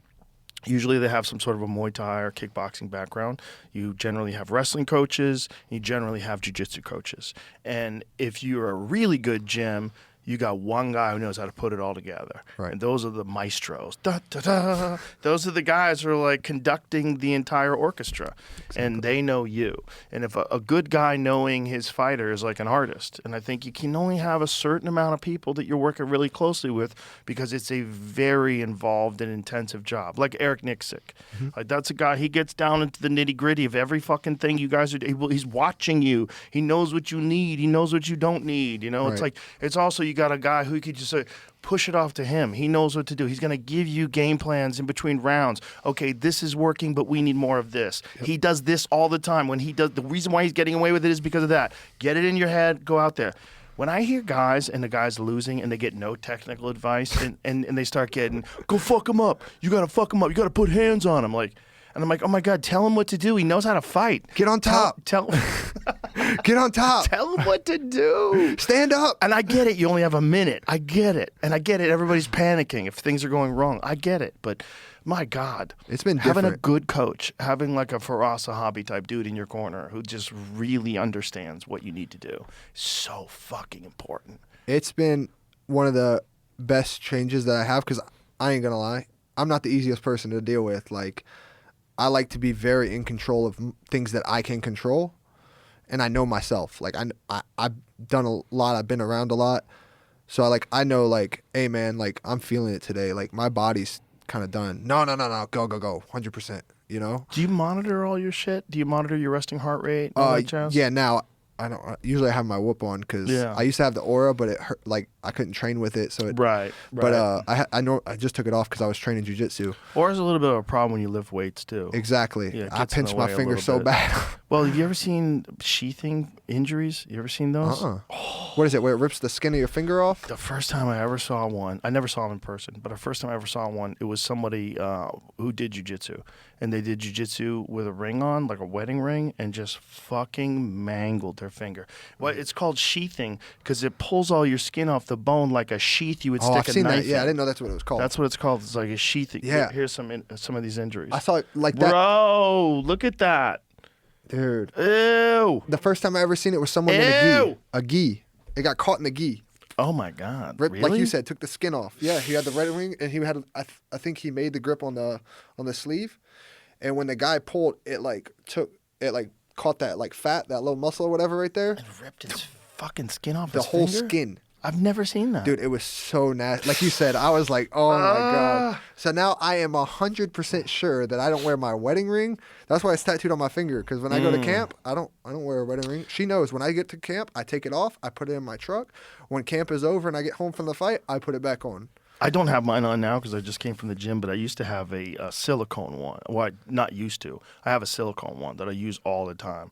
That I can work out with it. I can do anything with it. Oh, interesting. Yeah. What is that company? Ridge? Is that what it is? No, that's the wallet company. Is that what it is? Shit, they're making all kinds of stuff. But Now they got luggage and everything. It's a good one. There's it looks like an Aura ring too, but it's made out of silicone. So Yeah. even if you catch it on something, it's no big deal. But even that, I forget which coach it was. I forget which coach. It's like an elite jiu-jitsu coach. He goes, I refuse to let a guy even train with that. He goes, I've seen too many injuries. Dang. Too many injuries where your finger just gets mangled by having that dude, fucking that's- stupid thing on there. That's nasty. That's like Groove ring. Groove, that's it. Yeah. I feel like that with Those are legit. knee injuries and dislocations. Oh, dude, you know what they creep me. creeps me the most is broken shins. When I see Oh. that shin check, when the shin snaps, Yeah. If there's ever a fight that I think a guy should have pulled out that didn't, And if I was his friend, I would have told him, you cannot fight. It's Conor. When he fought Dustin. The second fight with Dustin, the third fight with Dustin when his shin snapped in half. Yeah. You know, they knew that he had some sort of a hairline fracture on his shin. Really? Yeah. I never knew that. He had already had MRIs and everything. They knew something was really wrong with it. Yeah, screw that. No. Yeah, and it didn't even like go shin to knee or anything like that, like it usually snaps. That's how compromised it was. If you watch that fight, there is one time where Dustin checks it, and he checks the kick, and he looked at him. He pointed at him like, "I know that hurt you, bitch." Like he got in his head, and that was also after Dustin had just KO'd him in the last fight. So this was the third fight. Yeah, and it was weird, man, because in the first fight, it was like nice guy Conor. It was like nice guy Conor even after the fight. Like after the fight, he was being cool. He got KO'd. His leg got fucked up with those calf kicks. And after the fight, he was so respectful. I'm like, look, Conor turned a corner. Not the third one. Not the third one, bro. Your girl's in my DMs. Oh, bro, it's so funny. But it's like, I know where Dustin, he comes from like a same vibe that I come from, and like same things probably bother him. So when he said that, you could see Dustin, like even though he just whooped him, he was like, you know, crazy thing to say while you're lying there with a broken leg. For too. sure. You know, a guy could just keep He took fighting. it well, though. Yeah. You know who took it the best that I've seen personally? Tyrone Spong. When he snapped his in half, he's just sitting there. We talk about this too. I'm like, bro, how'd you sit there just like? He's like, to be honest, I think he said, like, to be honest, I was a little in shock at first, and then I was like, what am I gonna do? It is what it is. Yeah, like what am I gonna do? Like it sucks. That's wise. Yeah, he was a G. And that was against Gokhan Saki too. Yeah, that was a kickboxing fight. Yeah, I remember it's to this rare day. in a kickboxing fight. Isn't it interesting? It's way more common in an MMA fight. I've only seen it a couple times in kickboxing. I've seen it. Thank God, because of Instagram. Luckily, I get to see every fucking horrific injury that's ever happened. God, I've seen. It seems like I never saw it until one. Who was the first time? Was it Corey Hill? I think it was Corey Hill was the first guy who broke his. And Corey was like a real tall, thin guy. I believe he fought at 145, and he was something crazy, like 6'3" at 145. Yep. It was real tall and skinny. And who did he fight? Jamie will find out. He passed away, right? Yes, he did, unfortunately. He fought in Louisiana a good bit. Because I remember when he passed away, they were doing some stuff for him there. So that was also the referee didn't notice it. Dale. It just says Dale H on the thing I have up for some reason. Oh, bro, that gets me. So during the fight, the referee didn't notice it, so they kept fighting. And I put my headsets down, and I got up, and I was screaming, "Stop the fight! Stop the fight!" The referee didn't notice it. He didn't notice that the guy's leg broke. So they were still scrapping on the ground. I hope that was the end, because I did not notice that. His leg is literally in a U. It's just a bad angle, you know? You're in the wrong place at the wrong time. Wow. Looking at where the referee's standing, there's actually kind of no excuse. Is this, there it is. Oh, There I it see is. it falls back. Look, it's limp. His leg's broken. This fight is going to be stopped. Stop the fight. Stop the fight. The fight is all over. Corey Hill Dang. suffered a broken leg. Whoa. Dale Hart. You saw Yeah. it instantly on your monitor. I saw it instantly in the cage. Dang. I wasn't watching the monitor. I don't even think we had monitors back then. I was just about to ask that question, too. I don't think Did we you had have it? monitors back then. We didn't have monitors for a while. The monitors were my idea. Really? I was like, we have to have monitors. I want to see monitors. I want to see replays. I want to see shit. Yeah. It was early in the UFC. I was like, we need monitors. You know, and also the judges should get fucking monitors too. Yeah, now it's nice. I'll sit behind you sometimes. Actually, now that and I'm see thinking it. that, maybe I'm wrong. Maybe we did have monitors. Maybe I was asking for other things. Because maybe I was asking for monitors for the judges. Like, when did they start having monitors in the UFC? I don't know. But I always try to watch the actual fight. I want to see the Really? actual fight. Yeah. Okay.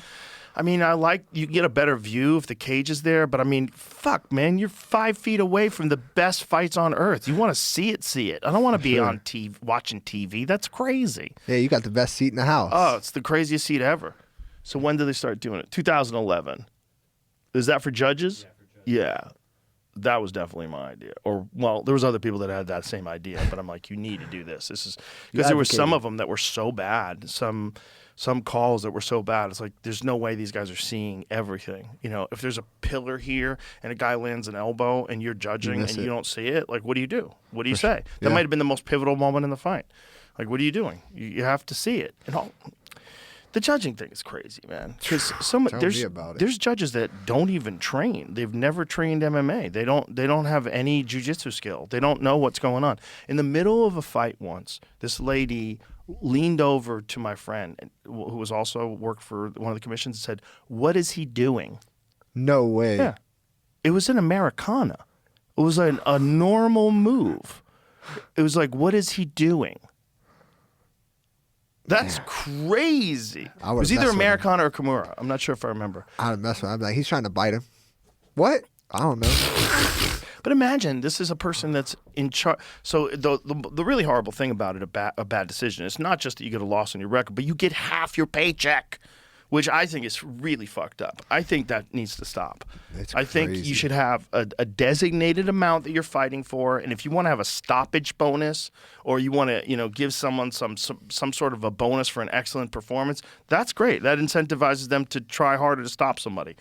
But a bad decision that can cost you half your purse is crazy. It's crazy. I'm getting older, so I try to have a little bit more wisdom. So after I lost to Fluffy, I was like, I went back and watched the fight like 6 times, and I'm like, I really don't see how I lost on a decision. Like, I can see your point if you use this frame of mind, but based on the unified rules at the time, how? So I reached out to a lot of people that I knew that are in the high up in commissions, and I had really deep talks with them about it, explain my perspective, listen to theirs, the rules, and literally it came down to, it's your interpretation. It's your interpretation of the rules. And it was it came down to, is his effective grappling, even if they're holding, they're still, whatever, does it outweigh me almost knocking you out and me putting a cut all the way to your skull on your face and you holding me? Which one outweighs what? That's how I explained it to him. And they were like, oh, but he just had more time. I said, and look, don't get me wrong. I love Fluffy. I think he's a great human being. I really do. I've known him. We fought twice already. And he's beat me both times, both decisions, and but I don't think I lost the last one. I'll still die on that hill. Well, it was a very good fight. It was a very close fight. I see what you're saying, though, and it was one of the things that we brought up during this past fight with Merab and Petr Yan. And I'm like, if you're looking at it in terms of just damage, Petr Yan is clearly doing more damage. Right. He's hitting Merab with shots that rock him. He kicks him in the body. He's got him screaming. There was never a moment where Merab did that to Petr. Even when he hit him with good shots, Petr was firing back. Right. Damage is huge. It's what the sport is really about. The sport is really about either damage or coming really close to putting someone out, submitting them. And it's just that's what the sport's about. And when it's just holding, when a guy holds and doesn't do anything with it, it's like that. It's an effective strategy. And if you're fighting a guy who could fuck you up standing and that's all you could do to survive, I understand. I have no problem with boring fights. I really don't. And I know the fans fucking separate them, fucking separate them. I have no problem with boring fights because I think if you can let a guy just hold on to you, that is a part of the game. Yeah. If a guy takes you down and holds you down, I think you should be there. A round's only 5 minutes. I don't believe in stand-ups. And I know that sounds crazy, but even if it's boring as shit, and sometimes I'm happy when they stand people up, I really am, but if it was my rules, if I could make the rules, I'd be like, never stand a person up. Unless there's a violation of the rules, never stand a person up. Because it's part of the sport. If it's boring, it's boring. We talked about it after the fight. After the fight, I went in the back, and I was frustrated at myself, really, to be honest. I was super frustrated at myself. Well, first, I was like, fuck, they just let him fucking hold the whole time. In the third, I literally almost knocked him out. I'm talking shit, right? And Robbie looks at me, Robbie Lawler, and he goes, you should have just got up then. I went, you're right. Yeah. You're right.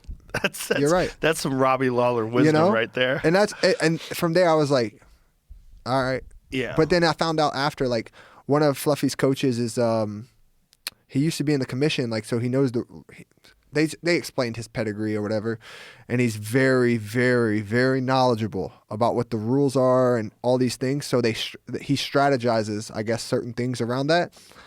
So he strategizes certain things around the rules. To Yeah, try that's to what eke out that's a what I victory. heard. Well, That's what they told me. And I bet a lot of guys do that. He canceled, like he was in the commission, like part of it, like I guess worked for them, and he's like he pulled out of working there because he wanted to be for Fluffy more, which is admirable, but like he didn't want to have like a conflict of interest. Yeah. So I thought that was pretty cool. But like I will say, like what Fluffy did really good, that I was prepared for like wrestling like crazy, but I wrestle with guys that are like folk style wrestlers. What he does very well is he don't shoot normal shots. He doesn't shoot like a double or a single. He shoots like it looks like it's going to be a double, but he's only at your hips. He's just trying to get your hips. Then he's circling right away if he can, or putting you to the cage and working his sequences from there. But he has very awkward shots. They're so weird. Like I could see them and I was like, oh, I'm about to stuff it. But I'm the kind of guy like, you got to touch me and then I'm going to go. I'm not just going to react. That way you can set it up for something else. Right. But as soon as he touches me, like in the second, I didn't know how, but I watched it back. I went to like catch a whizzer, and next thing you know, my feet came out from under me because we were both circling so hard. I was trying to get the whizzer, and he was trying to go to my back. And my feet came out from under me, and I just landed like on my shoulder. And I'm like, in the fight, I'm like, what the fuck just happened? There's no way. This is where my head's at. I'm like, no fucking way that he just did this. I'm like, what the fuck just happened? And my corner's yelling at me, his corner's yelling, and I'm still in my head like, what the fuck? Like, what just, dude, it took me like probably a minute and a half to like transfer into something else. And then I was like, he's not doing nothing, so I'll just get him next round, which terrible frame of mindset we've worked on. And then the third, but yeah, man, I was like, still like after the fight, I was like, yo, I asked my boy, I was like, how do you get me down? They're like, you went for a guillotine. I said, I ain't go for no goddamn guillotine till the third. And then I swept him with it and stood back up. I was like, I didn't do that, I swear. But yeah, man. But like I said, he's but then got he a had clever a savage style. He is a savage He's against a the savage. He also has a crazy gas tank, man. He melts guys. Yeah, That man, guy that- melts guys. The Delidze thing where he grabbed his neck and just like a bouncer at a nightclub, just Yeah. dragged him back to finish him. That was crazy. Yeah, man. I that's one thing I wish I would have gave, like, put more output. Like, because everyone's like, you're tired. I was like, bro, I was having a full conversation like this in between rounds. Right after the fight, I wasn't tired. I was just complacent. Like, I was like, oh, like, I'm already going to, because I beat Malkoun like that, because all he did was hold. Literally just held. And I'm hitting him. Bang, bang, bang. How am I supposed to improve my position when you're literally just holding? You're not even Right. moving at all. You're not lifting your weight. You're not doing nothing. Right. So I won that fight because I did more damage and I had fight-ending intentions. I felt I had that with Fluffy. So in the third, I was like, I'm elbowing him, and he's gushing blood. And I'm looking at the ref. I'm like, yo, he's just holding. I try to get up. He just picks my ankle, and I go back down. I elbow him some more, try to get back up. He got on top for like a minute, but he didn't do nothing really. Anyway, that's where my frame of mindset was at, and it was just terrible, looking back. But I would love a third, Well, it'll probably happen. It'll probably happen I hope somewhere down so. the line because it'll be a great fight. Yeah, that's where the kind of the holdup is, I guess, right now. Of like, obviously, you know how politics work in this game, but it's like the top 5 is the champion, Dricus, champion, Dricus, Imavov, Sean Strickland, Fluffy, me, and it's like, all right, Sean. They just announced Sean and Fluffy. In Houston. Imavov, yep, that's cool. And then Imavov's waiting. They both said they're going to wait for that one. So it's just me and Dricus. And then right behind me is Izzy. Who knows when Izzy's going to fight or if he's going to fight or what. Right. So it's like we're waiting on Dricus, and Dricus always has a lot to say when I'm losing, but when I'm winning, he don't really have enough to say. And then like I just saw an interview like the other day, and it was like he was like, yeah, I'd love to beat his head in or something. About you? Yeah, about me. And I'm like, well, you have the opportunity to do so, and it only makes sense unless you want to wait forever. So I wonder what he does after that Hamzat fight. Because when a guy dominates you like that, where it's so clear, it's just like one of those gaps that it looks like, oh, you're never going to bridge that gap. and That grappling gap. and it's never gonna that. I don't know if you agree, but that should never happen at that level. It You know what I mean? never does happen at that level. That's the reality. Except Islam and Jack Della Maddalena. That's another similar situation. Yeah. Very similar situation. But I think there's guys that you get in there with, and if you're used to a like B caliber guy, or a high level guy, Right. But there's only a few real A's, and like Hamzat is a real A. Yeah, like, what he's good at, he's a savage. I talked to DC about him, and DC said, dude, when that guy grabbed me, and he goes, we were wearing street clothes and everything like that. He goes, I realized like, oh, I'm gonna have to wrestle to keep this guy off me. He goes like, he's fucking strong, man. Yeah. And it's also because, first of all, how the fuck did that guy make 170? I don't know, but I don't understand how he talks about going up to 205. Because like you said, you got guys like Pereira. And don't get me wrong, I know they're stylistically different, but I think he could do it. I think he could do it. I think he could do it if he takes the time and puts weight on. yeah, if he puts weight on, I think he Yeah. has a high chance. Because he's tall, he's tall. And it's also, the thing is like these gaps in wrestling, these gaps in grappling. When a guy's a really good grappler, and then you're taking on a guy like Drickus, who's really a striker. Right. He's a good grappler, a good jiu-jitsu guy. But there's levels, you Right. know? And the kind of guy like Hamzat, like, man, you got to be a fucking Olympic caliber wrestler to scrap with that guy. Yeah, and it's like, I tell people, like, I'm not going to go out there and straight beat Chimaev in pure wrestling. Like, it's not going to happen. I'm not stupid, but it's MMA. Could I take him down? I mean, yeah, I could. But there's other ways to approach the fight that I think I have the upper hand. Like, you see how other people have approached him and done well with him. But it's like You also have very good submissions too. Some days. You have a real solid jiu-jitsu game, and you could strike. You've got a very complete package. And I think, the thing about his grappling is that, like, you have that hole. If you have that hole, he's going to find that hole and he's going to smother you. For sure. And But you're Fucksville. that's what like makes no sense to me with the Drickus fight, right? Like, you're the champion of the world.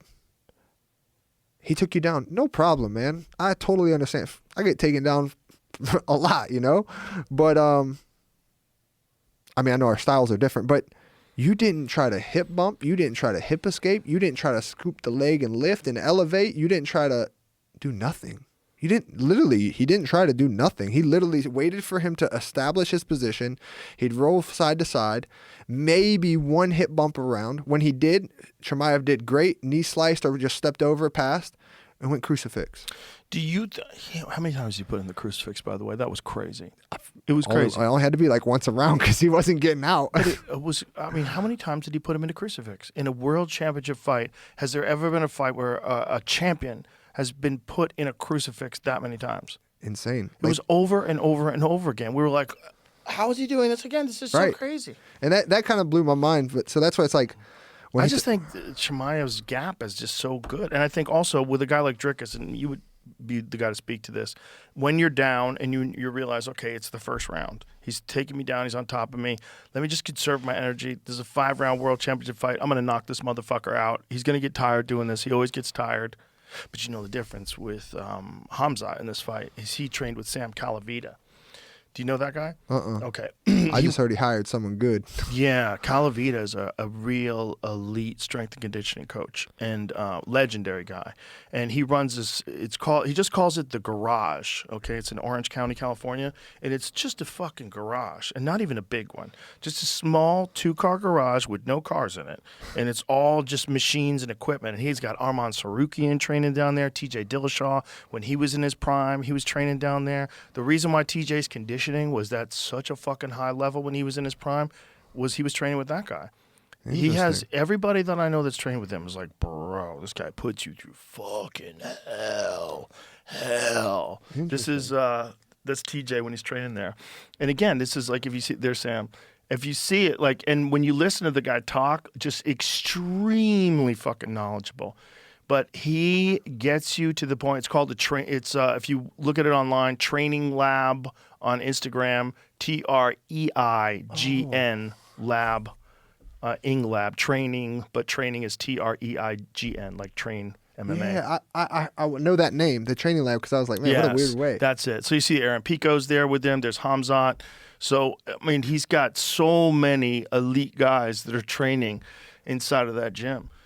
Nice. There's Juan Archuleta. I wonder how they work that in. Obviously, they have their coaches and stuff dealing with it, but like how they operate if Well, having I think such intense. the issue with Hamzat was overtraining. So one of the things about Hamzat is he's apparently you can't kick him out of the fucking gym. He won't stop training, and you gotta literally like stop him from training. He's a maniac. And when he got COVID, that's what really fucked him up. So he got COVID, and you would think, well, healthy guy like that who gets COVID, that ain't going to be shit for him. This silly motherfucker was training like an animal, 2-hour sessions with COVID. So then, he's never getting better. So instead of like saying, hey, this cold is not getting better, it's like, don't be pussy, I kill everyone. He shows up again, training again, 2.5 hours, sick as a fucking dog, coughing. And then he broke his immune system down to a point where they had to fucking hospitalize him. Yeah, I remember hearing Just from training while he had COVID. That's all it was. He just refused to stop training. And look, I don't care what it is, the flu, whatever you have, if you're trying to train 2.5-hour days when you have a serious lung infection, you're gonna fucking die. There's DC, and DC told me he did one session with him. This is recent on the bike. What's that? The resistance. Oh yeah. bands on the He bike? uses elastic bands along with a fucking a Rogue Echo bike. Damn. Yeah, so those Rogue Echo bikes, they suck enough, and to have resistance bands while you're doing it too. That's crazy. Yeah. No, Sam's an animal. And again, super knowledgeable. Like knows like what your recovery should be, like where your resting heart rate should be, and also super knowledgeable in terms of like supplements, diet, and all that stuff. He comes from the endurance cycling world. Okay. Which is like, so cycling, you would imagine like Tour de France style cycling. This is probably the most endurance dependent sport on planet Earth, because it goes for so long. Like you have to really understand how to peak in order to compete at a real insane endurance event like that. So he's got this knowledge from that sport that he's transferred over to MMA. But everybody I know that's trained with him has said, like, man, it just changed everything, changed my whole game, because now all of a sudden you've got an incredible gas tank. Yeah, he's doing good. Chimaev, like I said, he looked good, but I think that was a factor though in that fight, because there was no fade in that fight. Whereas you saw like the Usman fight, there was a fade in the third round. Usman won that fucking third round. Yeah. And after that third round, he was like, "Fuck, I wish this was a 5-round fight."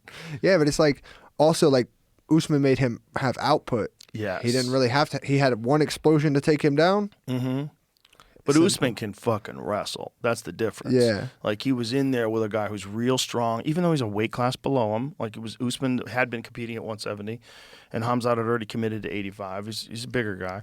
But Usman can really wrestle, and that's the difference. It's not like a guy that doesn't know what to do, and you take him down, you ragdoll him. Usman's like, okay, you got me down, but this is a long-ass fight, and I'm going to get back up, and we're going to figure this out. And in the third round, he was figuring it out, and he started tuning him up. He was landing good shots. Yeah, I have a friend that trained with Chimaev. Like he goes and helps, and he's told me, he's like, man, his wrestling's really good. I was like, how good? He was like, it's good. I was like, he whoop you? He was like, no. If he whoop me, why would they bring me in? If he whoops me, I was like, touche, good one. But he is. But you good. still gotta watch that. You gotta watch to see what does he consider whoop. Yeah. Let me watch. Show me the video. Let me see it. Yeah. Let me see what they got. Let me go in the room. I want to see in the room.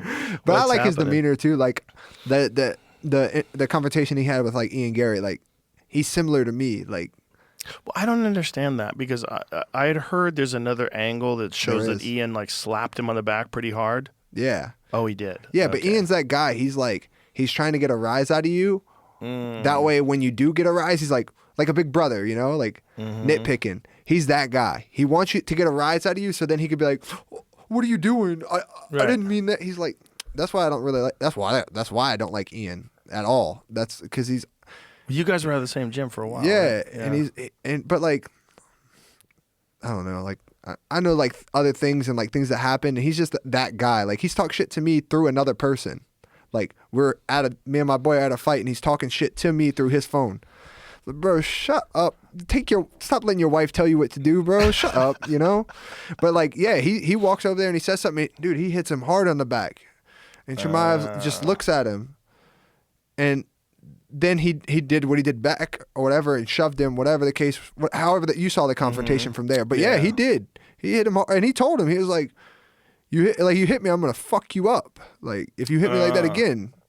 He tried to like big brother him, like Because the clip that everybody saw was after he slapped him on the back. It looked like Chimaev just got really aggressive with it for look, no there reason. you go. There's the other angle.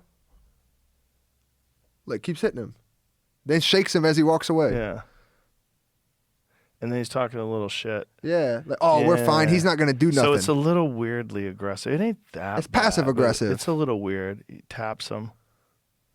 It was like a little like grab his clothes and shove him a little bit. Yeah. It wasn't like a guy that's, hey brother, all right. Exactly. Hey, And that's what he said. He's like, good luck to you. Yeah. I have to give it to him. Like some things Chimaev says are like he fought my boy G and he talked shit to him in the hallway. I didn't really like that. But hey, y'all two are gonna fight. Y'all are grown men. Do what y'all want. Some things he might say or do I don't like or agree with, but hey, as long as it's not to me, we good.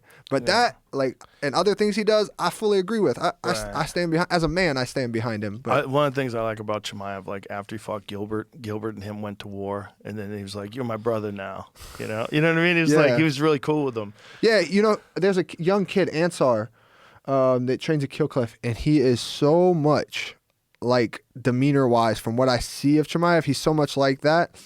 Dude, I'm telling you, this kid's like 18 years old, and he is a stud. He's 18. He fought for me on my promotion, I think his debut. Dude, he goes and gets in the guy's face. The guy's coming down a weight class. He's going up a weight class. Ansar's going up a weight class. Dude, he don't care. Matter of fact, he's in that streamer's video, Neon or whatever. They post about it. He's the one, like, throwing RDR around him. Really? Yeah. Dude, 18-year-old kid? Dude, he gives everybody problems. Gilbert Wow. was throwing RDR around. Isn't it wild when there's like some weird young phenom that is just so much better than they're supposed to be when they're young? Dude, It's real odd when you're around those guys. there's three or four of them that, dude, I miss them a lot. Like when I'm not, like when I left Florida. One, they are such loyal humans. Like you barely find that nowadays, as you know. Like you don't find too many loyal guys. And when they say like my brother, they don't care if you're white, black, Indian, what your ethnicity is, what your religion. They don't care. They care about you. And dude, when I got into it with Marvin at the casino, Ansar wasn't even old enough to get in. So he was like, brother, if I would have been there, I hit him, no problem. Then but there's like Nikita, Umran John, which is Ansar's best friend. And there's like Islam. There's a couple of them. Datsalayev. There's like 3 to 5. And I'm telling you, these guys, especially like Umran John, there he is. Whoa, that's a hell of a shot. Oh, my goodness. Dude, he is so good. Oh, my goodness. Look how smooth he took that dude's back. He just fought a couple weeks ago. He knocked some dude out in the first round at LFA. That was so smooth, man. Oh, my goodness. Oh, he is on that back so quick. Ansar so good. You know, there's one thing that these guys have in common is they're all from a hard part of the world, a fucking rough part of the world. Him and his best friend, Umran John, they left home at like, I think he was 17, 18 years old. They just left home. We asked him like, hey, bro, why'd you leave home? How'd you leave home? Like, how'd you get here? They both said the same thing. He's out. He's out. Dude, Referee. He's a savage. He trains 100%. He don't know anything other than 100% every day. Whew. Multiple times. But we asked him, like, bro, how'd you leave home? How old is he now? I think he's 18, 19 max. Wow. Dude, he's a savage. He looks good. He's very good. He looks good. There's man. another one, If you're too. that good at 18, my goodness. He's going to be a stud. What's he going to be like when he's 30? Dude, I tell him all the time, like, man, if you just learn how to just take a breath and just be a little bit patient in certain positions. Well, that'll come. Exactly. But, man, he's fighting good guys already. Like, they all want to fight him. Umran John was fighting like 1 or 2 weight classes up, and he had a draw with a guy, and he thought it was like, you would have think he lost the love of his life. He had a draw because he was 2 weight classes up. And, like, bro, why don't you fight at your weight class? Brother, I just smash. I want to fight everyone. And they can't get fights. They can barely ever get fights. So it's hard for phenoms to get fights in the amateurs and in the lower organizations. A lot of people don't realize that. It's really hard. Yeah. They come to me to match them, and you got to pay the other guy more to fight because like they already know like what it is, and it was hard. It was very hard. And so, what weight is he at now? I think he's at 45. Damn. 45. That's his last one right there. I think no, that's not. Just another big takedown. Bro, look at That's not the dude's hair he's fighting. That's what he does to everyone. Oh my goodness, that is a crazy takedown. He's so exciting. I can't believe dudes are still holding on to guillotines when people get into side control. How many times they watch Ovin St. Preux fight? You know, it's crazy how many people still do that. They still keep that guillotine while guys in side control. Like, Yeah. that is a death sentence. Like, and some people don't cash in on it, but it's if you just cinch those hands together, he can't get that ham out. That's it. Yeah. Turn on your side. That's it. It's almost like giving up your neck. Exactly. It's like if someone like gave up their back, everybody would be like, "What are you doing?" That's like what you're doing. If you're holding onto a guillotine and the guy's in side control, it literally is like giving up your back and exposing your neck. It's kind of crazy. It is. But I see these kids like this, and I'm just like, I used to be that kid, but these guys are even better. You know what I mean? Yeah. Like, it's scary how evolution is. But like I said, man, I asked these kids, I was like, man, why'd you leave home? How'd you leave home? How'd you get here? Him and his best friend left together. Their story, both, same thing, different times. Like, brother, we just left one day. We told our parents we were going to the store, never came back. What? You know? And just moved to America? Yeah, like they somehow got here and they've been here, and dude, they work during the day. They move stuff. Like they work for a moving company, and then they train. So they train in the morning. They train, then they go work all night, all through the night, moving stuff, whatever they have to do, whatever their work is. But most of the time, I see them moving stuff, and then they come back, train the next day, and they do this every single day, working their ass off, man. Wow. It's super impressive, and it's super motivating too. But it just lets you know, like for me, I used to be that young cat. Like everyone was 24, 25. I'm 17, 18. Yeah. And I'm doing what I'm doing. And now I see these kids and I'm like, damn. So that's what it was like when the older guys were looking at me. But these guys are better. Some people can forget when they get like complacent in their career and they become like a journeyman, and they forget what it's like to be young and hungry, and then they'll train with someone, and that'll either make them retire or it'll reinvigorate them. It's awesome. Because if you're around like people that are that driven, it becomes contagious. It really does. Especially if you know that a guy is working all day and training that hard, like you got no excuses. Right. And it's also there's like when you're around people like that, there's an energy. It catches you. It like For sure. moves you in its wake. It does. You're right. 100%. Because like I get in my modes where I don't want to do nothing. I'm just like, man, screw this. I've done this long enough. Like whatever. But then I go back and like say today, for instance, I went and trained with Nicky Rod. They whooped my ass. I ain't going to lie to you. They whooped my ass. And I told them after, I was like, it should be illegal that y'all just whooped me that bad. And they're like, yeah, but you ain't done nothing. And, you don't do pure jiu-jitsu anymore. Like, we're the best in the world, like some of the best in the world at pure jiu-jitsu. It's true. I was like, yeah, but still, I shouldn't be getting walked like that. And but it makes Nicky me Rod does hungry. that to almost everybody. I love it, man. He's so big. He's such a freak. Dude, I told him today, I was like, how are you this big and move like this? This Like should be a illegal. Dude. Gordon told me there was a position once that they were doing where they were working from the back, and Gordon had his back, and Nicky flipped over the top of him and wound up behind Gordon. And Gordon turns to John Danaher and goes, "What the fuck am I supposed to do with that? Like, what do I do if that happens?" It's like, well, Danaher was like, well, nobody could do that other than Nicky. Dude. Like, that's how crazy that is. He's so sick. You know how nuts that is? Do a backflip from your knees I couldn't. and go over the top of someone who's got your back? I can't even visualize Separated it. the hands. Somehow or another, he separated the hands and flipped over him.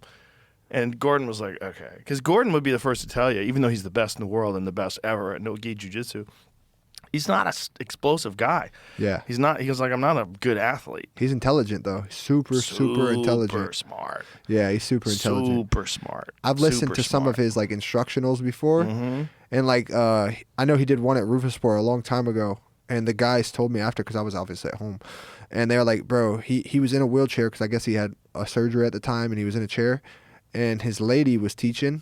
Like she was teaching for him, and he was walking through every single position. Everyone said that was the best seminar they ever been to. He didn't get down there and teach one move. That's couldn't. incredible. That's incredible. I was like, that's impressive. Well, if you could do a seminar from a wheelchair, Jesus Christ, Dude, impressive. Wagner says the same thing. He's like, bro, he's the best guy I've ever trained with, learned from, anything. He's amazing. So I've heard it from a lot. I've heard He's a lot of another good. guy though that's 365 days a year of training. He goes, Yeah. period. There's no days off. Fuck your Christmas. Fuck your birthday.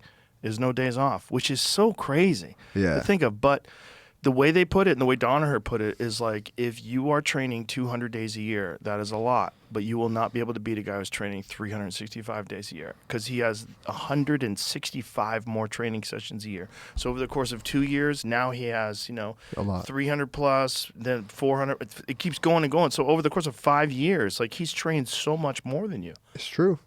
And it's not just training. It's like when they're not physically training, they're going over tape all day. Right. Like, which is like, it's hard to do that and to keep your mind focused on that.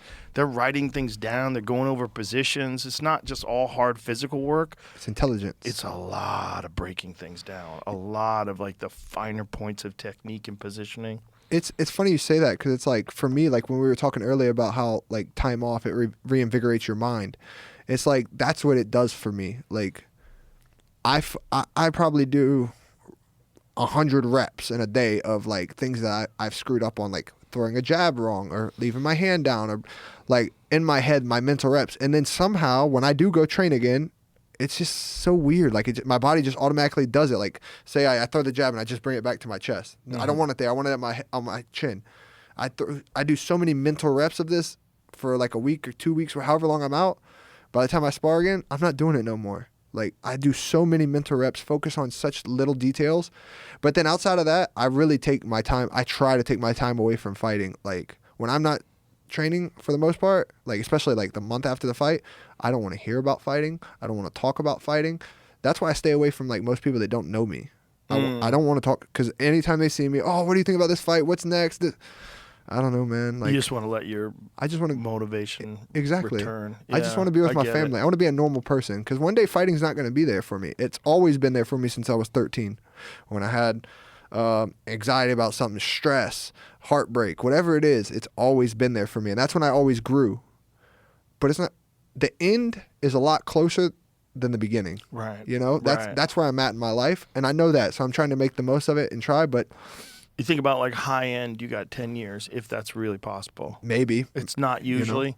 And usually the last few are rough, because the last few years, like Anderson after he broke his leg, right? right, So I say there's like two Andersons. There's Anderson pre-Weidman and post-Weidman. for sure. There's the knockout where Weidman caught him at the left hook, and then there's the leg break in the rematch. And then from then, he's never been Anderson again. Correct. And I think the injury has a lot to do with it, but it's also father time. I don't think we got Anderson in the UFC till he was 34.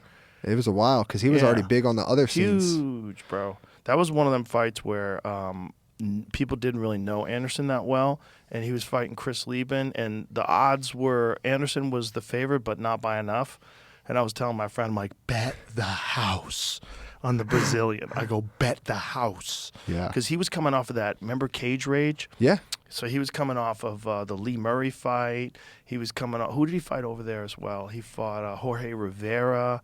That was a big fight. There was a Tony Fricklin one where he did that crazy step-in elbow. Oh, yeah, I saw the highlight of that. I didn't know that was the name, but I know the elbow you're talking about. That elbow, do you know he had to practice with his wife because his coach wouldn't let him try it? Really? His coach was like, stop doing that. You're not going to do that. He goes, I'm going to hit him with this. He's like, no, you're not going to do that. Stop training that. So we didn't want to train that. So he told his wife to hold a pillow. So his No wife was holding a way. pillow at home, and he was going like this, sa, sa, sa, over and over again. He was just practicing No it. Yes. way. He wanted to do some ong bak shit. What a great story to Bro, have. that was Anderson. Like people saw him in his prime for sure, obviously, because he's one of the greatest of all time. But For sure. they didn't see that transition to him becoming in his prime, and that was in Cage Rage. Because he had some really good fights in Pride, but then when he went to Cage Rage, like something flipped, man. You know how it has is like Oliveira when it happened to him after he had his kid.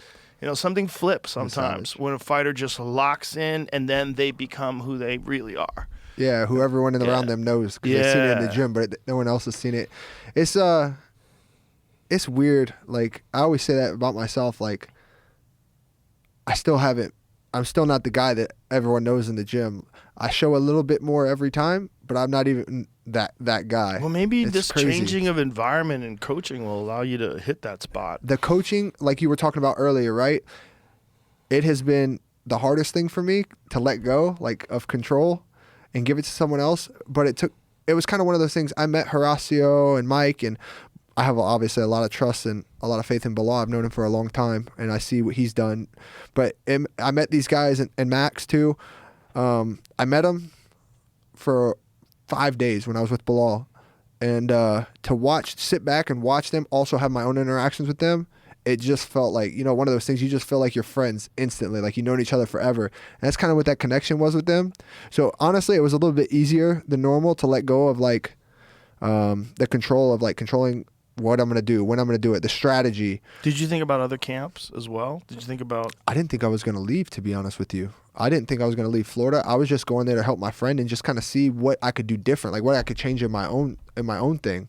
Mm-hmm. But then obviously my goal after being there, because he was getting ready for Jack, Bilal was. So I watched everything. I helped him for a few days.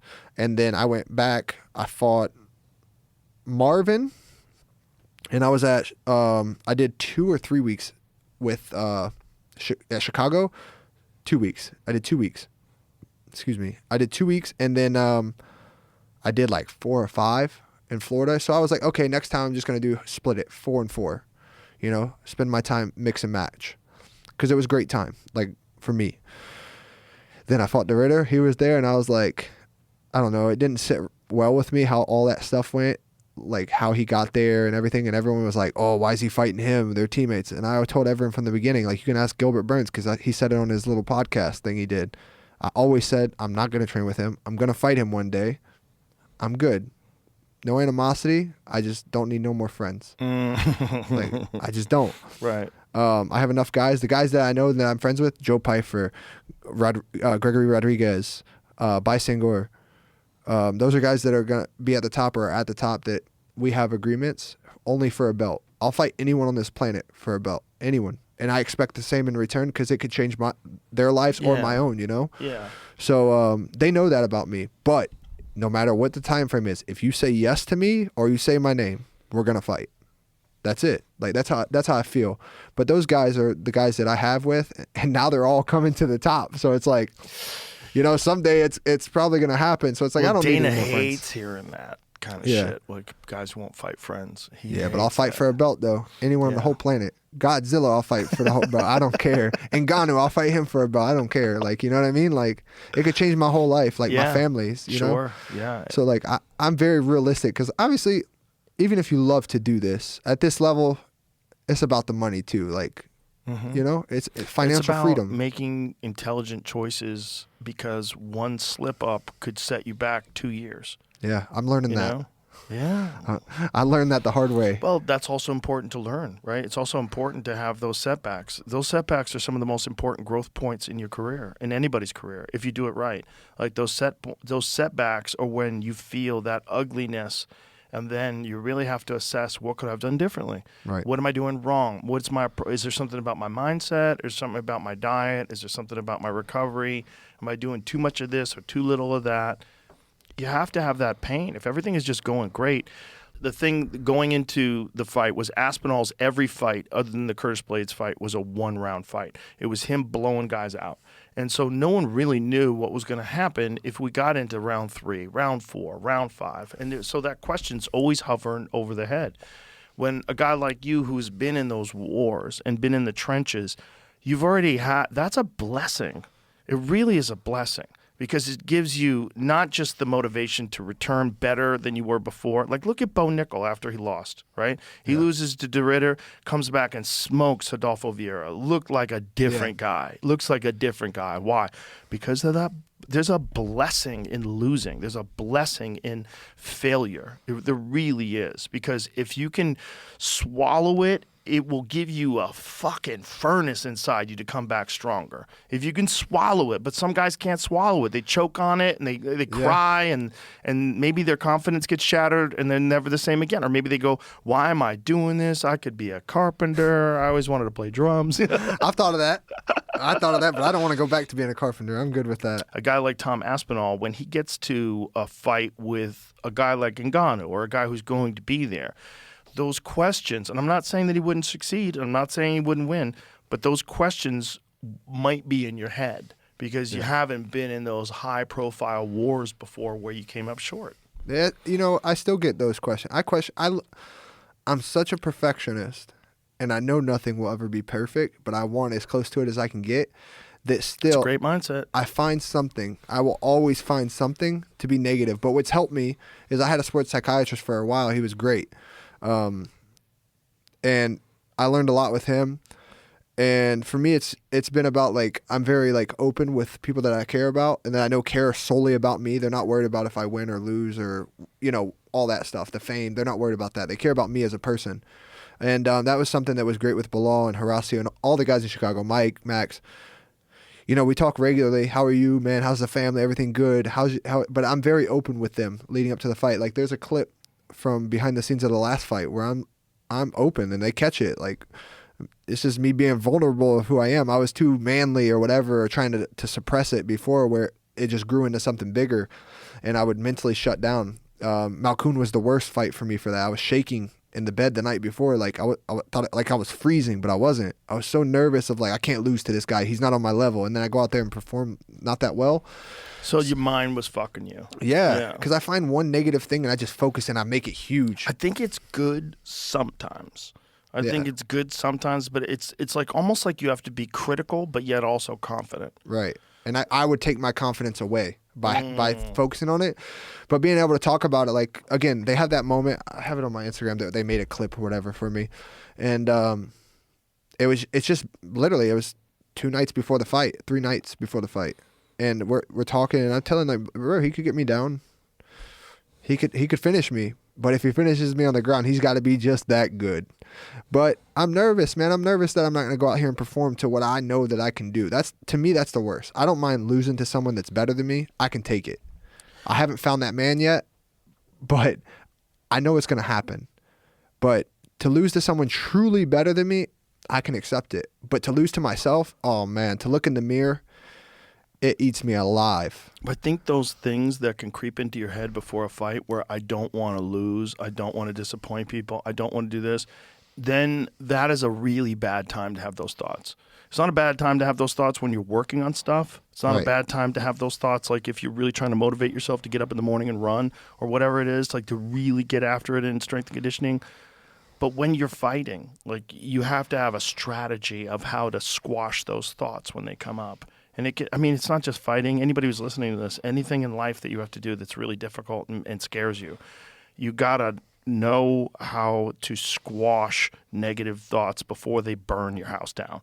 Yep. Like when you see the fire, stomp that bitch out quick. Yeah. Stomp it out quick, and then make sure that you're starting to really only focus on positive things and never let it get in. Because those little creepy demon thoughts, they'll get in, and then they start running around.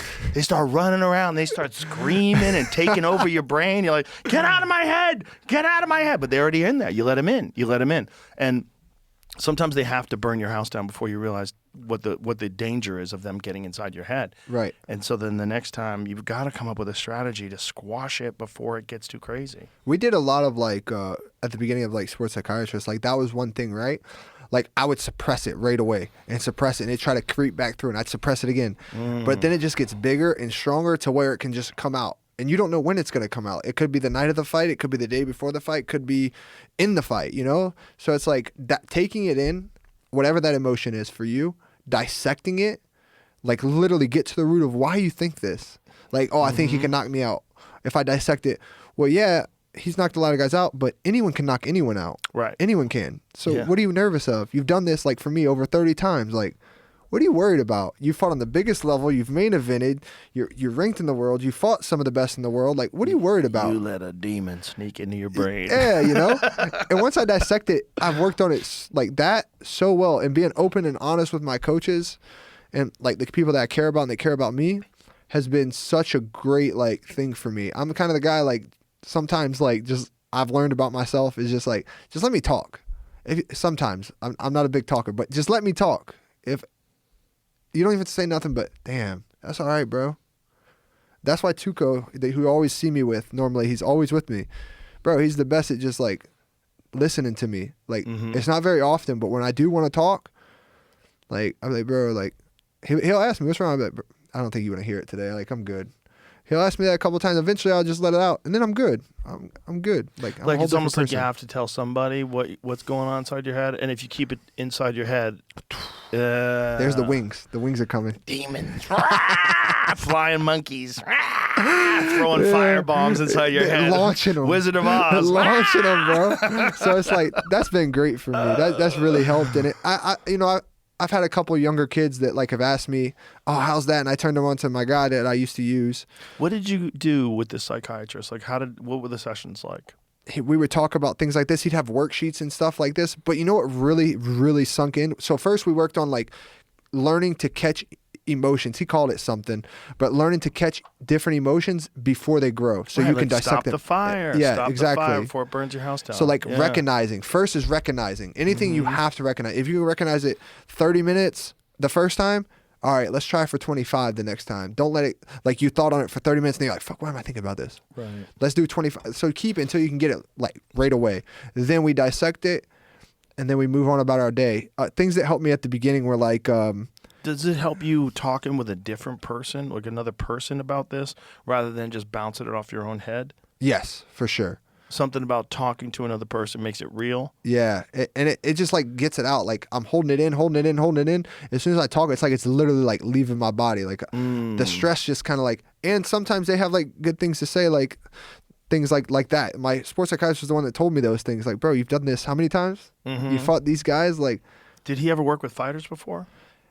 he was working with a small team in New Orleans, and now he's got other guys in the UFC now because they would ask me and I turn him on, and he's great. His name's Eric. He's really great. He's from New Orleans. Because I would think if a guy was like a sports psychiatrist for like tennis, it's like some things would carry over, but it's a very different thing. And he trained as well. He grew up wrestling and stuff. Okay. Perfect guy then. Exactly. And it worked out great, man. I learned a lot. Like I kind of figured out what worked for me. So I was like, all right. And I get so busy. But another thing he gave me was you read it the day, like after you weigh in, you read it. And then you finish, like it has a part where it says read up to this point. And then you read the rest of the section, the day of the fight.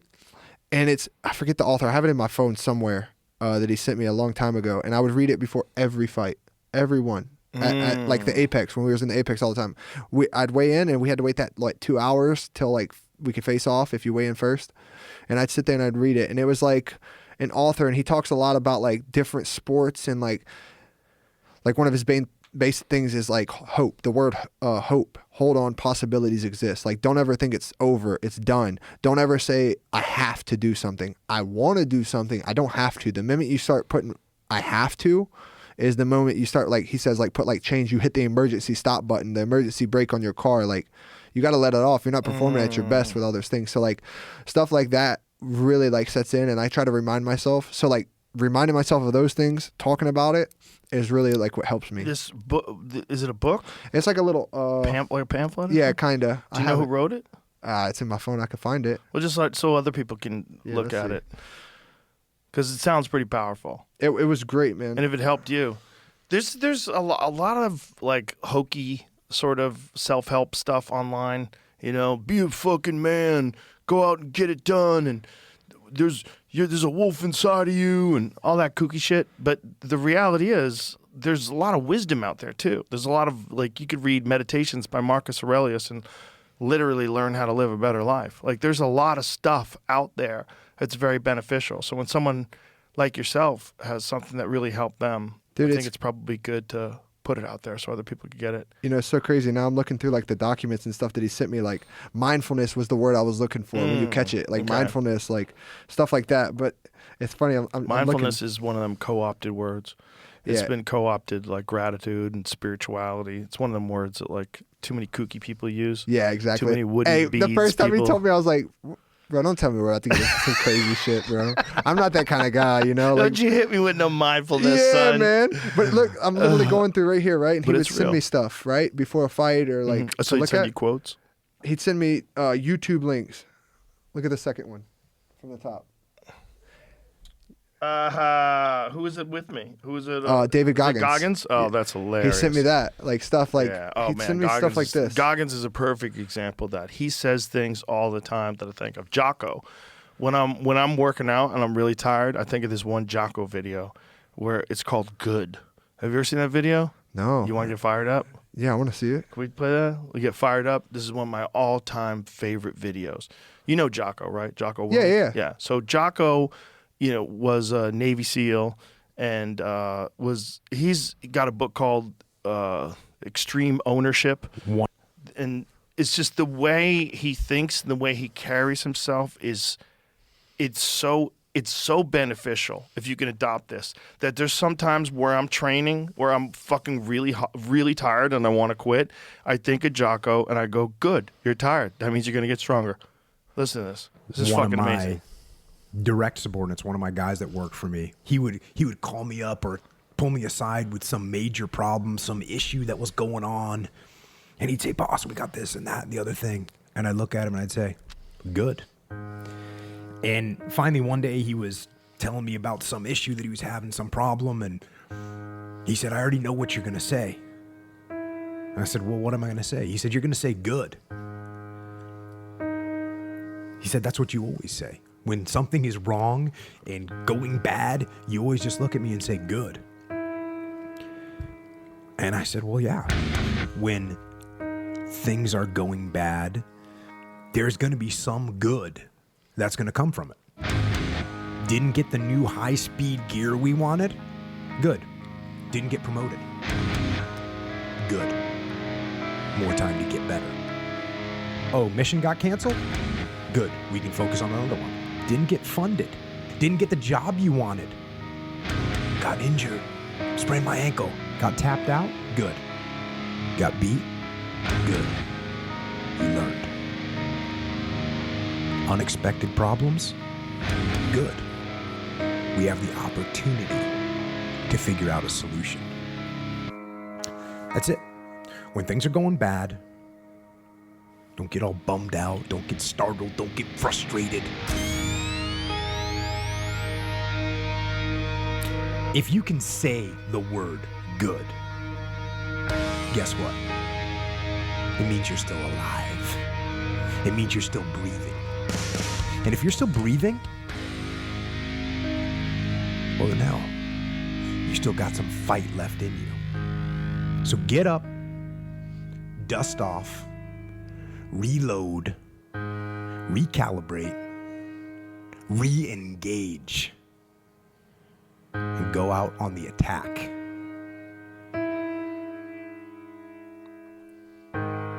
Oh, yeah. That's You a know good what one. I'm saying? That's a good one. Play that one when you're in the fucking Look, dressing this room. is what it is. Getting ready. I don't know if it's So like these are a the things that he document. sends you? Yeah. Oh, okay.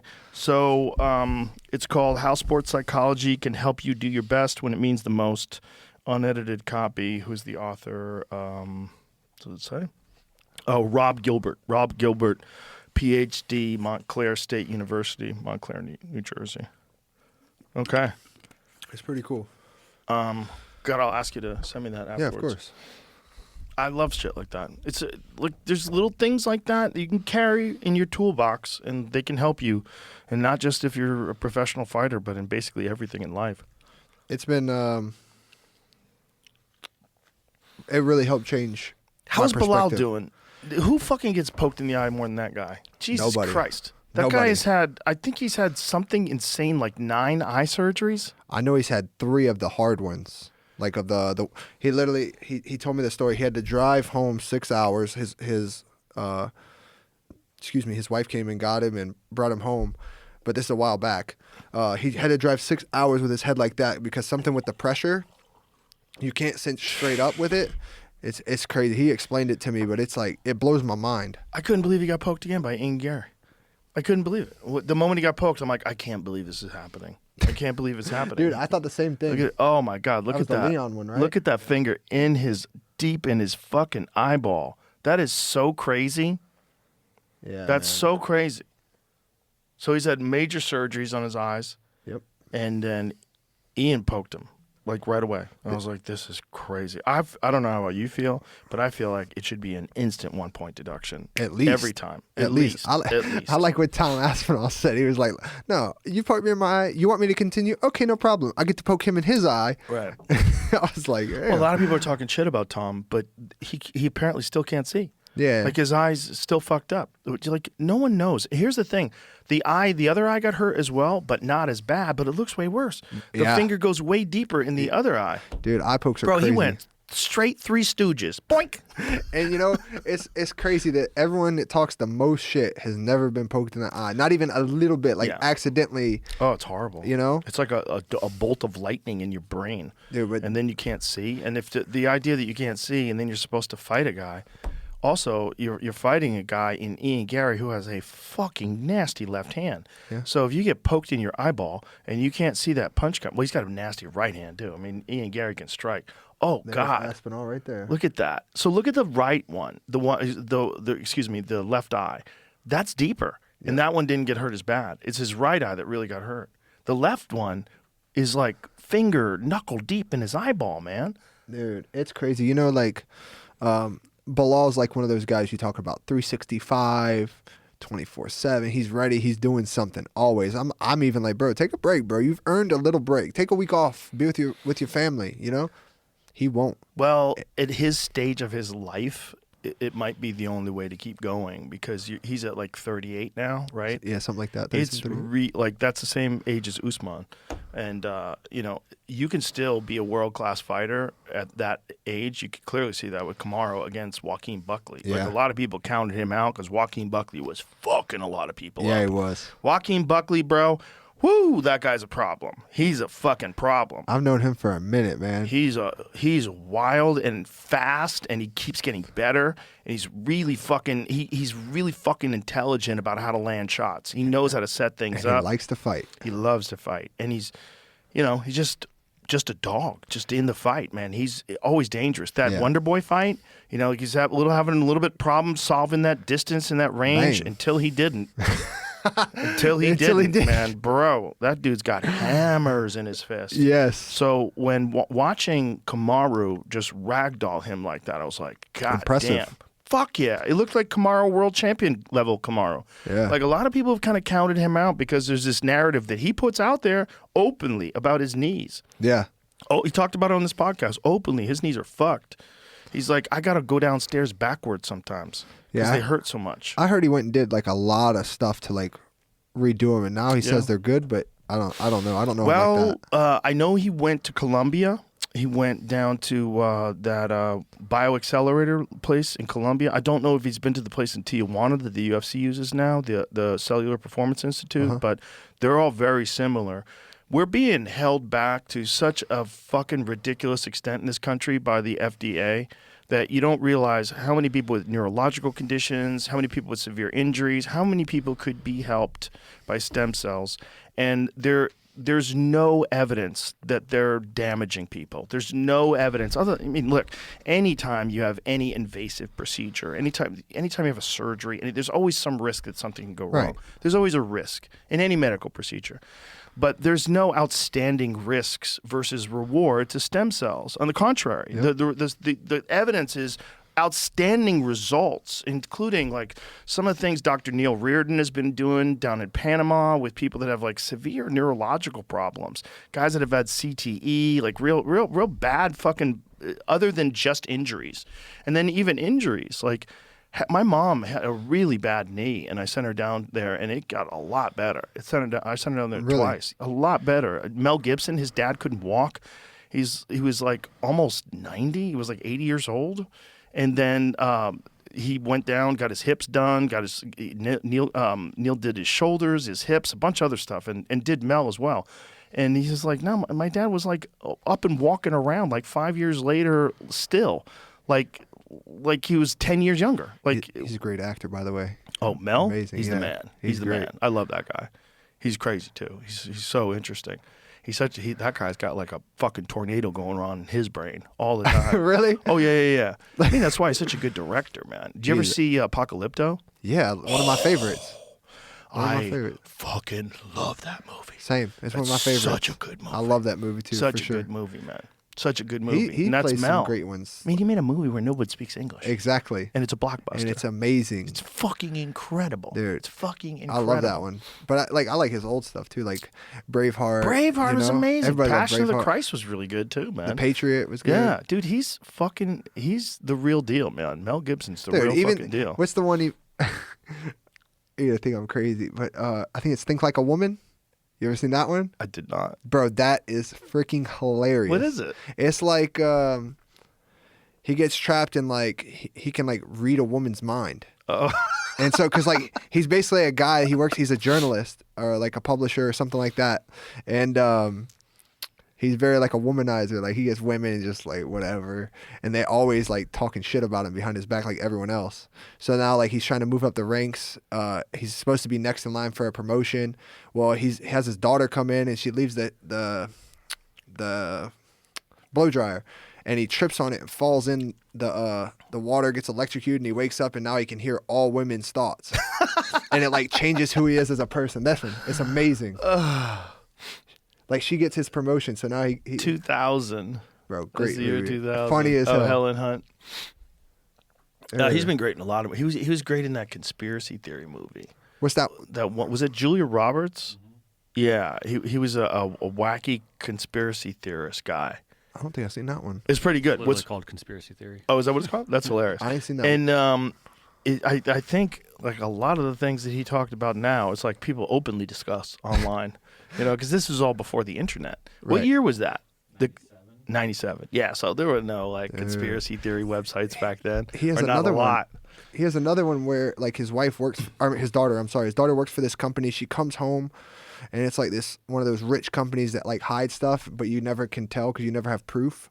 And she's working in like a secret department. She comes home all frantic, and the dude yells something, shoots her with a shotgun right on his front door. Boom, kills her. So obviously then he goes and starts trying to figure everything out, and he starts figuring out like through the way what the work was doing, and it was like poisoning or something. Well, anyway, he finds the guy and ends up killing him, but he ends up dying too because he got the poison from wherever he went into the workspace. Like he followed it. He was doing all kind of shit, but it was super cool too. What movie is that?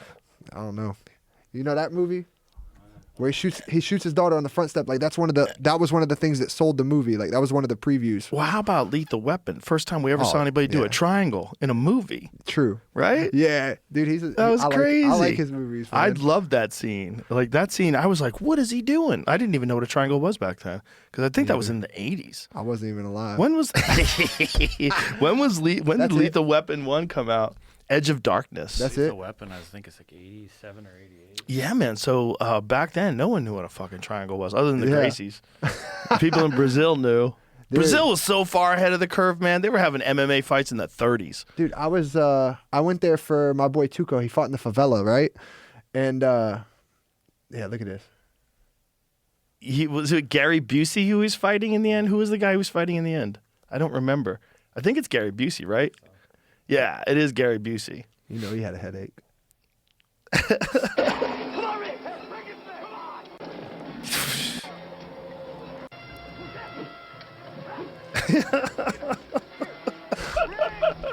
Movies in the 80s were so wild, Different. dude.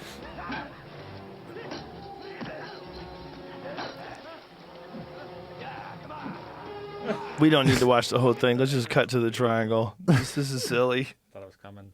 I thought so too. This guy's back. Oh, Right next Gary Busey tried to take it to the ground. Outrageous. Mel got swept so easily. Oh, Mel's on top.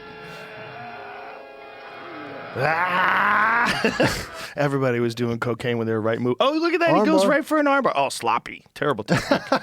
Terrible left hook. The left leg like barely held on there. That was some.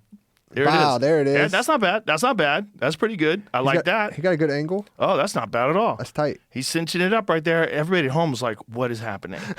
Another man put his legs around another Yeah. man's head. I remember when Hoist Gracie did that to Dan Severn. Everybody was like, what's going on?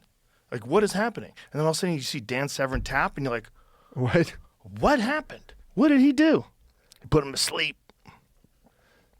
Dude, my friend would know better the lineage and stuff, right? That's where he's my intelligence. But we went to Brazil, right, for his fight. He was fighting in the favela at Jose Aldo's gym. I don't with Nova União? Yeah, and Yeah. it's like right on the edge of the favela. It's Right. nice though. Yeah, Andre Right. Pederneiras. Yeah, he was there. He was super Yeah. nice. He's awesome. He was super nice, That's super a guy, that guy's hospitable. a pioneer, dude. Yes. He was fighting MMA in early days. Bare Really? knuckle. I didn't oh, know yeah. that. I just- Andre Pederneiras. Oh my God, man. Yeah. I he was just a know legend. him. We met a lot of great guys, but we were there with Daniel Gracie, and I think it's Henzo's mom, and then his dad. Like the whole lineage was there before he passed away. He was there. We went over there and we were sitting on their couch, chilling, hanging out, talking, meeting all of them, And again, I am absolutely god awful with names, but I knew like as soon as he come out of the stairs, he was going somewhere. He had a nice jacket. Oh no, he was doing an interview with he was doing an interview, like a little podcast or something. It was all in Portuguese. I couldn't understand what they were saying, but dude, met him, super nice. And then like I think like it wasn't too long after that he passed away, but like that's like one of the starts of Gracie Jiu-Jitsu. Was it Ilya? Was it Carlos? Who was it? I think it was Carlos. I think I don't. Doesn't matter. It was Sorry. one of them. Right. I could figure it out though. Okay. But dude, super nice. Like they were all explaining like the lineage, and I started with. What's that, Jamie? Oh, sorry. I started with like Gracie Jiu-Jitsu, so like I used to know that lineage fairly well, but then you know how life is. You just get away and kind of forget you're not around it as much. But Yeah, well, it's a crazy lineage. I mean, that one family is responsible for changing mixed martial arts. dude, they were telling us so many like cool stories, like things that I had heard through the grapevine, you know, from other people when I was younger, but they confirmed it. And like they were even like asking like where the beef comes from in the family, you know, like what started that, exactly what started, because obviously he was in it. They translated for us, but he was saying like how it all got started. But beef between what parts of the family? The two beefs that they have. No, it was Carlos and who's the one of the brothers went out on their own because he was like, I don't want nothing to do with this part of the family. Was it Horian? Maybe it was. I know that name. They were saying Horian that name a lot. started the UFC. Yeah, it might have been him. And Horian also trained Mel Gibson Okay. for this lethal weapon fight scene. There he is, Horian Gracie. Yeah, I don't. Horian Gracie in Playboy magazine challenged Mike Tyson to a no rules fight. See, I don't want to sound stupid, so I don't like to say too many names. But you're gonna make me call my friend and ask him when we leave here. Well, what the Ilya was names. his father. You know, Hickson's obviously his brother. Hoyce is his brother. Hoyler's his brother. I think Hoyler and Hoyce are half brothers. Yes, I knew that. Yeah. They were saying that, but they were just kind of like going over like old times and stories, and like they were talking about that because apparently like they were saying like, well, Daniel was saying like within the family, because he's a Gracie, but I think he's like it was his mom or something like that was, but so he's still a Gracie, but anyway, or his cousin was a Gracie, so technically like he's not a real blood Gracie. I don't know. They tried to explain it. It's very weird. But anyway, we were there and they don't talk about it, like why there's a divide between this side of the family and this side. And they explained to like even when they were kids, like they would go in and get into it. Like say you'd go in and you get in a fight in the street, just like maybe you're 12 years old. It started, they said like basically that young that like there was a divide between whatever one and this one. And because they would go get in a fight and he would come back and rat on them. And he was like, bro, come on. You know, so it started as that young. And he said it was a lot. It wasn't even like, oh, it was just one time. No, like multiple times, you know? So it was just interesting to hear like these stories that these guys had of like when they were young in the streets, like fighting in Rio. Oh, yeah. I mean, Hickson, you know? There's a video of Hickson fighting somebody on the beach. Yeah, they talk about it. Some Luta Livre guy, he smacks him on the beach. He talks about it. They were talking about it. They're fighting in the sand, scrapping on the beach. It's Daniel pretty was there wild. for that. Really? Daniel was there. He was the one that brought it up. He was there. Right. He said they showed the picture of it, and he was right in the back. Hickson has those little surfer shorts on. Yep. Daniel explained how it started. I don't remember that exact details, but dude, it was like. Well, they would dojo storm each other. They would show up at places and challenge like Luta Livre gyms, and Luta Livre guys would show up at the Gracie dojo. Dude, it was like. Yeah, here it is. Look at Hickson with them beautiful colored shorts on. He just smacks him like, "Come on, baby, it's on." And the dude's he's like, "Take your shoes off. Come on, let's go." Like, there, hold my shoes. Bro, these were wild times. Yeah. Especially when you take into consideration Hickson's widely considered one of the absolute greatest jiu-jitsu practitioners of all time. You know, and that he was willing to have these kind of fights on the beach in Rio, these no-rules fights, just surrounded by dudes. And man thongs. Yeah. I mean, and not have any striking. Look, see how Hickson's Dude. winging punches? These guys had no striking at all. It's really kind of crazy. I mean, not ever saying there's anything wrong with anything that Hickson ever did, because he's like one of the greatest of all time. But Yeah. if you look at the difference between a guy that is just a pure grappler like Hickson, even when he fought in Pride, remember he'd come out with this, throw those little stomp kicks, Yeah. he's just getting you to the ground. It's all getting you to the ground. There's no one like that now. No one has very little stand-up. There's no one who fights like that. And it's crazy because there was like so many stories about like Hoist wasn't even supposed to be the one to fight. You know, he wasn't even supposed to be the one. Yeah. They were supposed to have the other one. Well, like Hickson was always the champion of the family, and Hoist had always said that Hickson was 10 times better than him. Yeah. He said Hickson tapped me every day. Every day I go to the gym, Hickson tapped me. But it's just like that's just how it was. But there was a lot of rumors. One of the rumors was that. So this is the narrative. Hoist says it's because he's so beautiful. He's like, look at his face. Of course they picked me. That's what he said on the podcast. It was hilarious because he's so handsome. But Hickson's handsome too, so it didn't make any sense. But it was, I think it was because Hoist could show that it was the technique. Because like Hickson was shredded. Yeah. I mean, he was pretty jacked too. And I mean, he looked like a world champion athlete.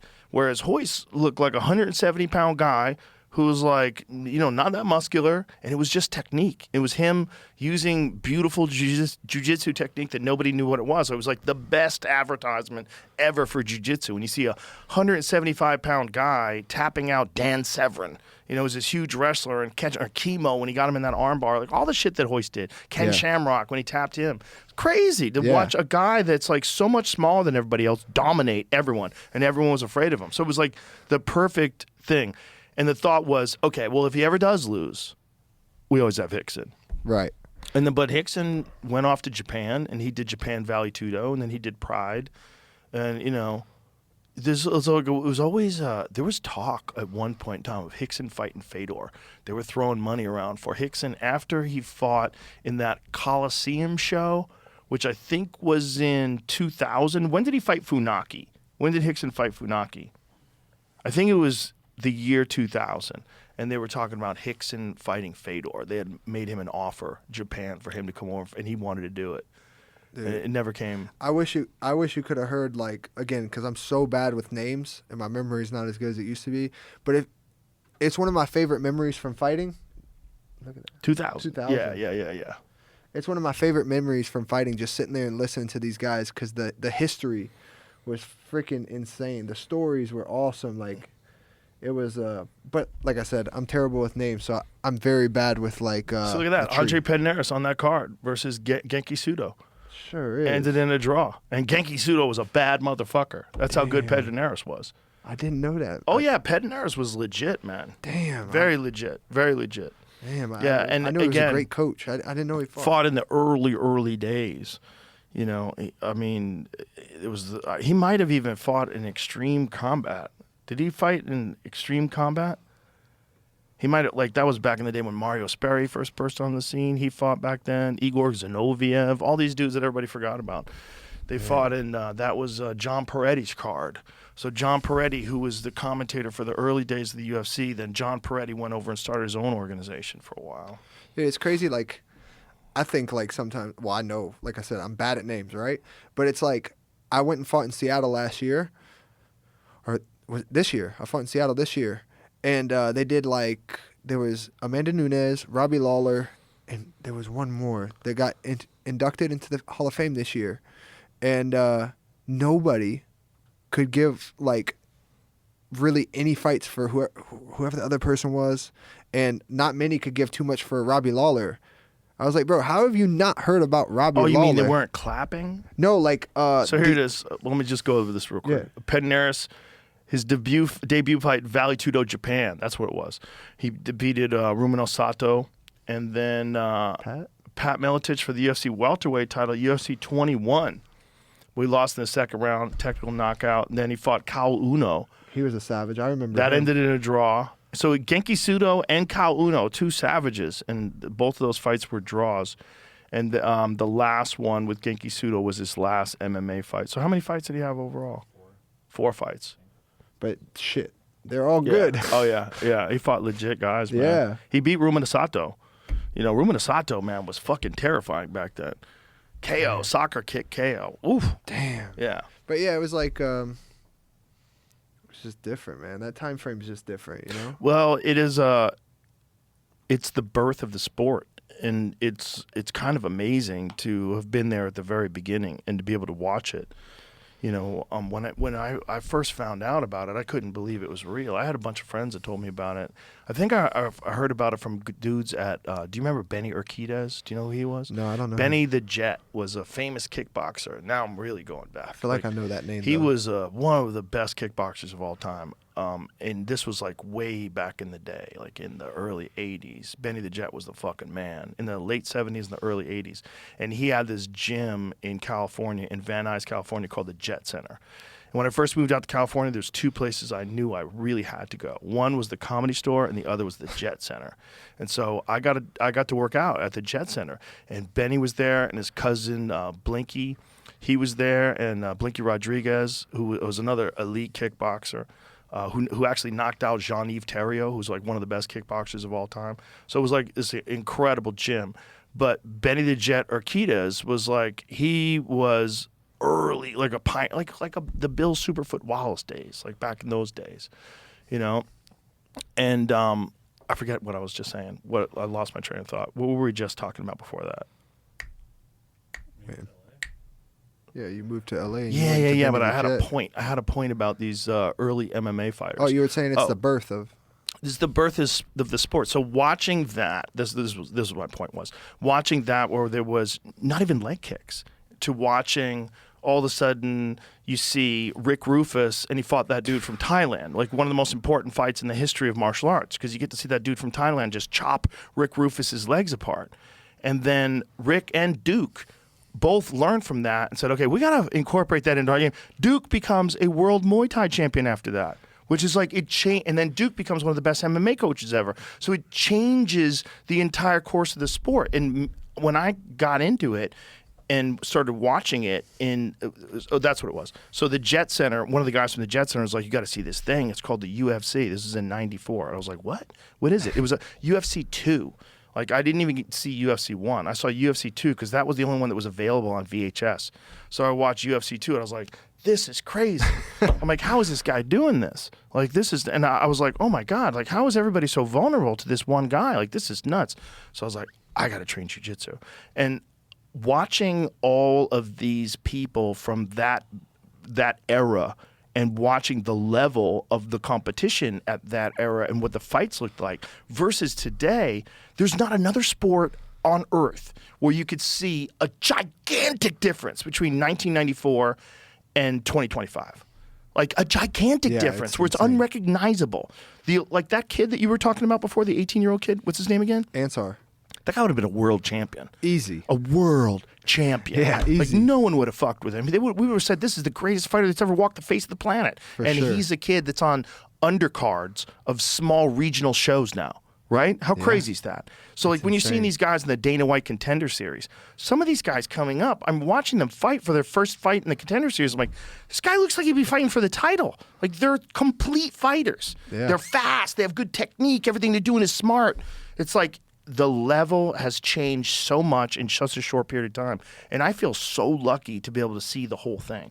I saw the whole thing, like from the ground floor to today. It's crazy because you probably hear it all the time, right? Like I was probably watching Fear Factor before I knew the UFC. So when I saw the UFC, I was like, Dad, look, it's him.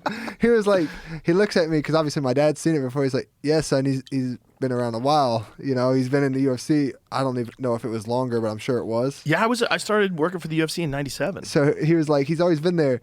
So then obviously as I get older, I start seeing history and looking at old fights and older fights. And I noticed you there the whole time. And like me and my friend Tuco have these conversations, but I was like, bro, Joe's a real one though. He's been here the whole time. Like how awesome does it have to be for like you, Dana, Fertitas, and probably a few others too that nobody knows that have seen this thing grow from what it was to what it is today. Oh, it's amazing. It's got to be. It's amazing. Yeah, I feel so lucky. I'm so fortunate. Like it's one of the things I look forward to more than anything in life. Yeah, and like you said, UFC weekend, I'm like, oh boy, here we go. I get so excited. I've been doing this forever. I started UFC 12 in 1997. That was the first fight that I ever did backstage interviews. That's what I did. Or post-fight interviews too. I think I started doing interviews backstage, and then I interviewed guys after the fight was over. That was, early. But how'd you start there? It was a crazy fluke. So I was already doing jiu-jitsu. I was at Carlson Gracie's. This is back before Vitor made his debut. I was training at Vitor's with Vitor's gym with Mario Sperry. I took lessons from Mario Sperry when I was a white belt. Damn. It was awesome, dude. Murillo Bustamante was there all the time. I know him. There was a ton of the Carlson Gracie killers, the two bulldogs, fighting each other. Yeah. And Carlson was there every day. So I got to train there when I was on News Radio, the sitcom. It was just like 1996. And I just loved that this was before Vitor fought in the UFC. So while he was training at the gym with us, he went and fought this guy, John Hess. John Hess was this big, tall, he fought in the UFC as well, I believe he did. John Hess was he had a style called SAFTA. I forget what it was about, but it was like, back then, dudes would just like make up their own style, street fighting, artistic, finger fucking, I don't know, they would make up some sort of a fucking acronym. But Vitor blitzed across the ring. He was 19 years old and just lit this guy up like a machine gun, like got him down, like put him out on the ground. Like it was so crazy and so fast. The most ferocious display of ground and pound I had ever seen in my life at the time. And I was like, this is crazy. And so just randomly, they had a guy who was doing the post-fight interviews, and they wanted to get a new guy. And they were looking for people, and the guy, Campbell McLaren, who was the producer of the UFC, happened to be friends with my manager from the comedy club days. Campbell used to work at a comedy club with my manager. And they were just shooting the shit over the phone. He goes, hey, I'm looking for someone to do interviews for the UFC. Do you know anybody that'd be interested? And he goes, like, Joe is a huge fan. He's like, Joe watches every one of them. I actually got DirecTV just so I could watch the UFC because that's when it was banned from cable. So I got my cable removed and I got DirecTV put in my house just so I could watch the UFC because it was the only way you could catch it. And then it was no money.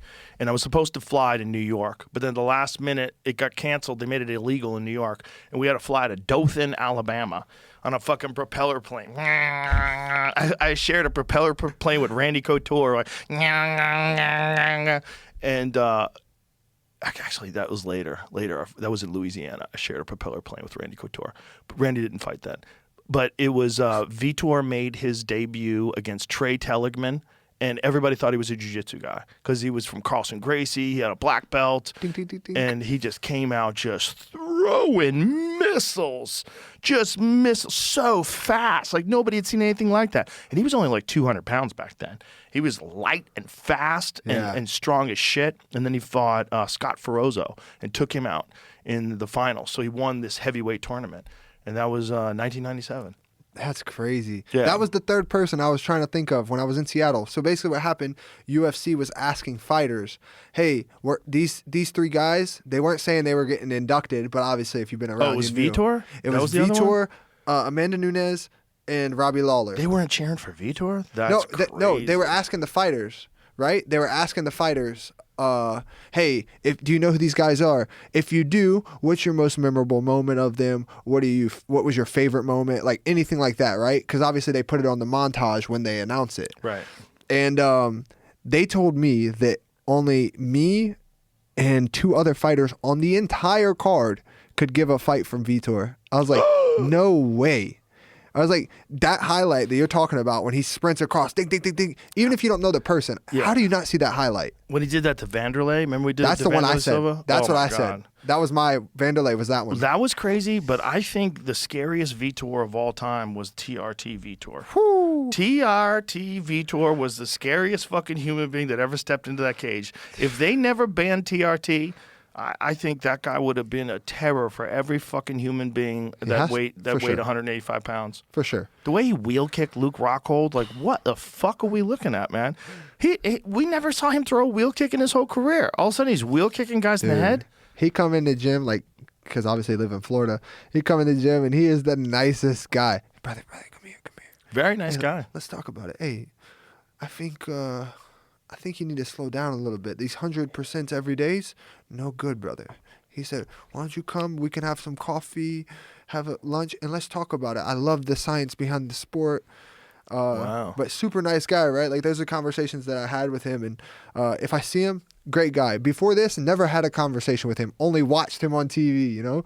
But that was like the first interaction I ever had with Vitor as a person. I don't know if he knew who I was. He just watched me spar and then come to me after. That was it. That's very nice of him. Yeah, super and nice for guy. a real OG like him, that's been, again, fighting since 1997. 1997, that's almost Insane. 30 years. That's literally crazy. Dude, it hurt my heart when they said that people didn't couldn't say fights for him. Couldn't even say a highlight. It's hard. You know, these young guys, a lot of them are 25 years old. Yeah, They're but 24 years old. They didn't Joshua watch this. Joshua Van, 24, right? Like, didn't watch the sport a lot before they were involved in it. And the fights that they've really seen a lot of have been the last few years. Yeah, and that's what Josh Van, that's why I said his name. He's young, but he says the same thing because they were like, why do you think Pantoja's the GOAT? He's like, I know Demetrius Johnson is what everyone says. He was like, but I never got to see him, you know? Like, Right. I was crazy too young. Too. That's crazy, too. Go watch. It's Yeah, online. yeah. Go see it, Joshua. YouTube's free, bro. You're the champ now, Joshua. Go back and watch Mighty Mouse, because that motherfucker was extraordinary. He was. Mighty Mouse special. in his time was extraordinary. Shit, he was so special when he fought that big Brazilian kid and won. Right? He lost one and then he beat him twice, lost right? the first time in one championship, and then he got KO'd, and then KO'd him the exact same way. Really? With Was a it knee. Yeah. I didn't know it was the They same both way. got KO'd with knees, and both got KO'd against the cage with knees. It Wow. was literally like almost the exact same, except Demetrius's was more artistic. It was beautiful. The flow where he was like chasing him. He rocked him, and then he's chasing him down. He's like, not yet. There it is. And he just launches and catches him with this. You've seen it, right? Yeah, I seen it. Oh, my God. I didn't know it was the same way. What is that dude's name? The dude he KO'd? Just Andre? I don't know. search Demetrius Johnson flying knee KO 1 FC. I bet you'll find it. Yeah, Adriano Adriano. Moraes. That's it. And Moraes is good, dude. Yeah, he's he's really big. good. He's really big. And 1FC's got that squirrely weight-cutting jazz. So this is the second fight after Moraes had KO'd him in the first fight. And also, this is a DJ that's probably 35 years old, right? Right. I mean, after a long career in the UFC, widely recognized as the greatest flyweight of all time in the UFC. And to me, like, he just didn't get the love that he deserved when he was in his prime because he was 125 pounds. And for whatever reason, I mean, it's not like it's not even more interesting to watch. Like, but people have this weird thing, like a heavyweight could beat anyone in the world. 125-pound guy will dump him on his head. Stop. Watch him fight. Like, right there. Boom! Oh, that's beautiful. But back it up a second so you can see the sequence. Look, right hand, timing, boom. Beautiful. Perfect. The timing is just so beautiful. That's fucking artistic, man. bang. That is so artistic. It's perfect. And to KO a guy with the shit he KO'd you with in the first fight is wild. Dude, I don't know much about like Demetrius as a person, but from what I've seen of him, obviously because you see more now that he's on like doing his like streaming and stuff, he is like He's the best. he's the definition of a martial artist too. Like, he Yes. cares about the pureness of being a martial artist rather than the views or the belt or any of that. So He's I not respect like that a lot. talking stupid shit just to Yep. get attention. He hates people that do that kind of stuff. He hates disrespectful stuff. He's such a nice guy, but also just so smart about his approach to the sport. Just so clever inside the cage, and also so fucking fast, man. Dude, insane Dude, he was so, reaction. one time I grabbed him just being silly at a UFC. He was in front of me, and I put my arms around him like from behind, you know, like saying hi to somebody. Yeah. And he turned around, he looked at me, he goes, "Ta-da!" He hit me with 2 knees to the body, like just touched me. It was so fast. I was like, No dude, that way. was so scary. I go, you hit me so fast. I didn't even see them coming. It was like, "Ta-da!" You know, just Dude. like just Amazing. moved like a cat. And you know, like you said, he was probably 35 or whatever there. He could still compete with the best in the world. With the best no in the world. problem. Yeah, and juice free too. Juice free with the best in the world. And by the way, over there, I don't know what kind of drug test they're doing, but it's probably multiple choice. There's a lot of them organizations where you're like, how hard are you testing really? Man said multiple choice. You know, because like if you're not testing all throughout camp randomly, you're not really testing, you know? Right. Because we have to remember that Alistair Overeem, when he fought Brock Lesnar, was tested. And that is the juiciest man that's ever walked the face of planet Earth. The Alistair Overeem that fought Brock Lesnar is the juiciest guy I've ever seen fight. It was horse meat. And I wish he could keep juicing. I do. I think we would have seen a different result if you let Alistair stay juicy and stay 265 with world-class kickboxing skills. And also, he was so jacked that he could kind of hide from punches because when he would shell up, especially in K1, when he had those big gloves, bro, when he would shell up, so he's got biceps and shoulders and then traps. Everything's all protected. Yeah, you're not hitting and he's got that high guard, and he's coming in like this, throwing bombs. Dude, and he looks crazy. like a superhero. He looks like a guy from a fucking comic book. Yeah, let's just let everyone juice. If you want to juice, just everyone juice. Let's make it an even playing field instead of let's try to catch who's not, or let's catch who's juicing. Would you if they just open the gates? Okay. Okay. I'll start it off by saying yes. When I was younger, I was like, no, I never juice. I want to be all natural to show everything. Like, to show I'm just that good. Then I was like, as I got older and seen it, I was like, nah, I would. But that's like, I remember I fought Eric Anders for LFA, right? And they have pictures of him on the scale the day of the fight, 222, 223, one of them two, right? Mm-hmm. I'm stepping in, I don't even really cut. I'm stepping in like 194. I'm young. I don't cut really anything. That time I did cut a lot, though. That was the first fight I cut a lot for because I was lifting like crazy and I wasn't really doing nothing else because I was in Louisiana. I used to train with Rich Clemente. Oh, okay. Yeah, so, he's crazy as hell. So I was training there, but I was lifting more than anything. But anyway, I was probably like 196-ish, 197. No more than 200, for sure. No questions asked. And, dude, they come in the back that night and they're like, hey, we're drug testing you. I said, what? He said, yeah, we're going to drug test you. It's random. I said, well, if it's random, is he getting drug tested too? They're like, nah. I said, whoa.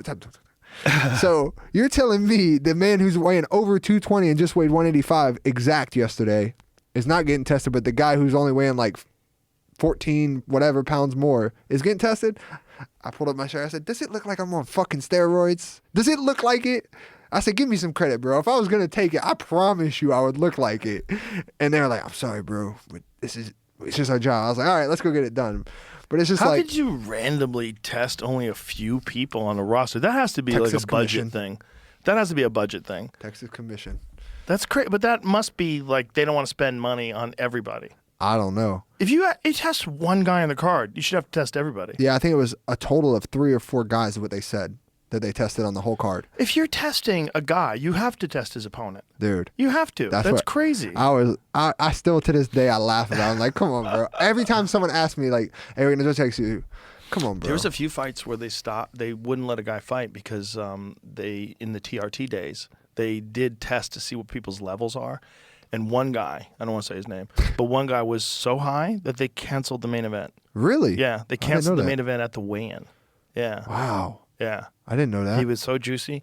They were worried that he was going to die. They were like, you could, like, your levels are, whatever you fucking did, you should not be fighting with this level of testosterone in your system. Did you ever- Also on TRT. So it wasn't like this guy's just some genetic freak like Yoel Romero coming out of the Cuban sports program. No, it wasn't. He's a special human too. That's a special human. Yeah. Did you ever heard of a guy, Clovis? I think Clovis Hancock. He died in the fight. I think it was for Legacy or LFA. I fought him. Then his next fight, he died in the cage and they brought him back. Whoa. Yeah, CPR. It was all over the internet. I fought that dude. I was like, no way. I saw the next day. I seen it. Like, yeah, they had to give him CPR till the ambulance got him loaded up and taken to the hospital. So his heart just stopped Yeah. beating? Wow. Obviously never allowed to fight again. But Obviously, yeah. Yeah, Jesus. man, Imagine crazy. If he wanted to. Oh my god. he probably did, bro. He was funny. I ain't Some gonna guys just have that dog in them. They don't care. Cyborg wanted to fight again after he got his skull crushed by MVP. lie. No way. Yeah, he thought he was going to fight again after that. So here it is. Dude, can you imagine being in the audience watching that? They're doing fucking CPR on a dude. Oh my god, that's so scary. Yeah. I remember he was the cut man for That's so LFA. scary. Yeah, man. It's crazy. Well, thank God they have those EMTs on standby, and For sure. these organizations, they do their very best to screen people and make sure that they're as healthy as possible. The Yeah. UFC does a real good job Did with for that. 5 minutes. Yeah. Dead for He was 5 dead minutes. for 5 The minutes? cut Yeah. man was the guy that was giving him CPR. It wasn't even the EMTs. Oh my God! Thank God the cut man knew Yeah. CPR. Holy Yeah. shit, dude. Yeah, it's crazy.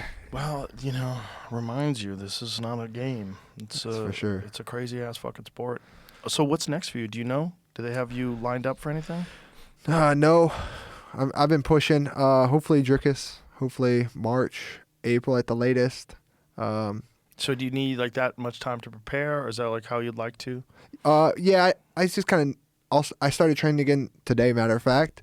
So training, Maybe that'll get him dieting. excited about fighting you. Huh? Maybe that'll get him excited about Who fighting. knows, Maybe that's man? a trap. Maybe that's a trap. If I was Drickus, I'm like, this motherfucker probably has a full 6-pack if he takes his shirt off. He's probably ripped as fuck. 6-pack of rolls. He's ready to go. I He's got- just bullshitting, saying he hasn't been training to goad me into a fight. Yeah, man. But I like. So Drickus is the guy that you're hoping for. Yes, sir. And it makes sense. Like it's just the right time. Like I said, Imavov is gonna wait for the champion. He earned his spot. Mm-hmm. They just announced Fluffy and Sean. So what's left? It's just Right. me and him. Yeah. And It's a good fight too. It'd be a great fight to watch, and a good fight, for you obviously fighting former champion, in his next, and for Drickus, it's like that's the kind of fight you need at this point. Right. You need to turn back the young lions. I've been trying to fight him since he got into the UFC. I just felt like I still feel this way. I feel like he's the luckiest guy I've ever seen. Like, don't get me wrong, he does have a couple fights now, but before he got the belt, I always said like he's the luckiest guy. Like Marcus Perez was beating his ass.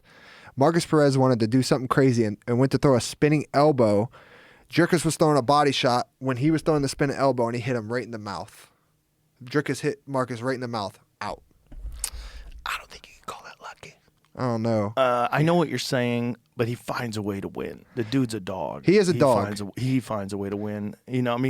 Think about some of them fights that were just like the Adesanya fight. Like he just kept coming and found a way to win. Yeah, the I Robert do like that Whittaker about him. fight where he took Whittaker out in the first round. You can't. There's no. No, luck. I There's didn't. luck You're right. involved. That one, I don't see luck in that one. And there's a lot of. I think that his was a great fights like that. strategy. He's a fucking animal, dude. Yeah, I love. That's honestly like we can say whatever we want about each other. He can joke, talk shit, whatever the case.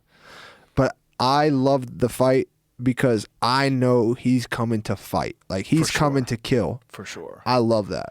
Yeah. I don't want a guy that's I've had him, but I don't like the guys that just want to hug. Like he's trying to hurt me. I love that. Like that nervousness brings out the best version of me because I'm nervous. Like who's not nervous of another man he's trying to hurt me. And to me, one of his best attributes is exactly what you said. Like you describe it as he finds a way to win. Like that's a great way. For me, I'm just like that dude can dig deep. Look, Same exact even thing. in the Hamzat fight. Remember the fifth round? Yep. Fifth round, he's on top, dropping bombs on Hamzat Yep. at one point in time. It was a little too late, and he didn't get him out of there, but he was not giving up. Yeah. He just was getting dominated. There's a Right. difference. For sure. He was still trying to find a way to win. But I love that. That motivates me by itself. Like I love hearing that. I want a guy that's going to try to come kill me. Because what's the worst that's going to happen? He knocks me out? Okay. Like, that's what we came to do anyway. Any man could do it. I've been TKO'd before. Like, all right, cool. But I can do it to you too. So that's what I love that aspect of the fight. That's my favorite thing. That's what motivates me about the fight more than the number. The danger. Yeah, I like that. And I feel like I really truly haven't had that in a while. Like a true some guys look at it as a sport, and some guys really mean it. Like I'm trying to hurt you, and I like that. Like it brings that out in me too, because like I'm trying to hurt you. All right, you're gonna try to hurt me. I'm gonna try to hurt you, or I don't know. But that's just how I look at the fight, and it really like excites me. Like that's that demonic side of me coming out. Like let's see, I'm ready. Well, I love hearing that, and I love the fight. I hope you get it. Thank you. And thanks for being here, man. It was Thank great you. talking to you. Same. Let everybody know how they can find you on social. Yeah, on Instagram at Brennan Allen 185 or B_Allen 185, and that's really where I'd be. I'm just kind of chill. I'm low key. All right, brother. Well, hopefully you. next time I'll talk to you, it's after a victory. Yes, sir. Thank you for having me. My man. This pleasure, is such brother. a pleasure being here with all you guys. Thank you so much. My pleasure. All right. Bye, everybody.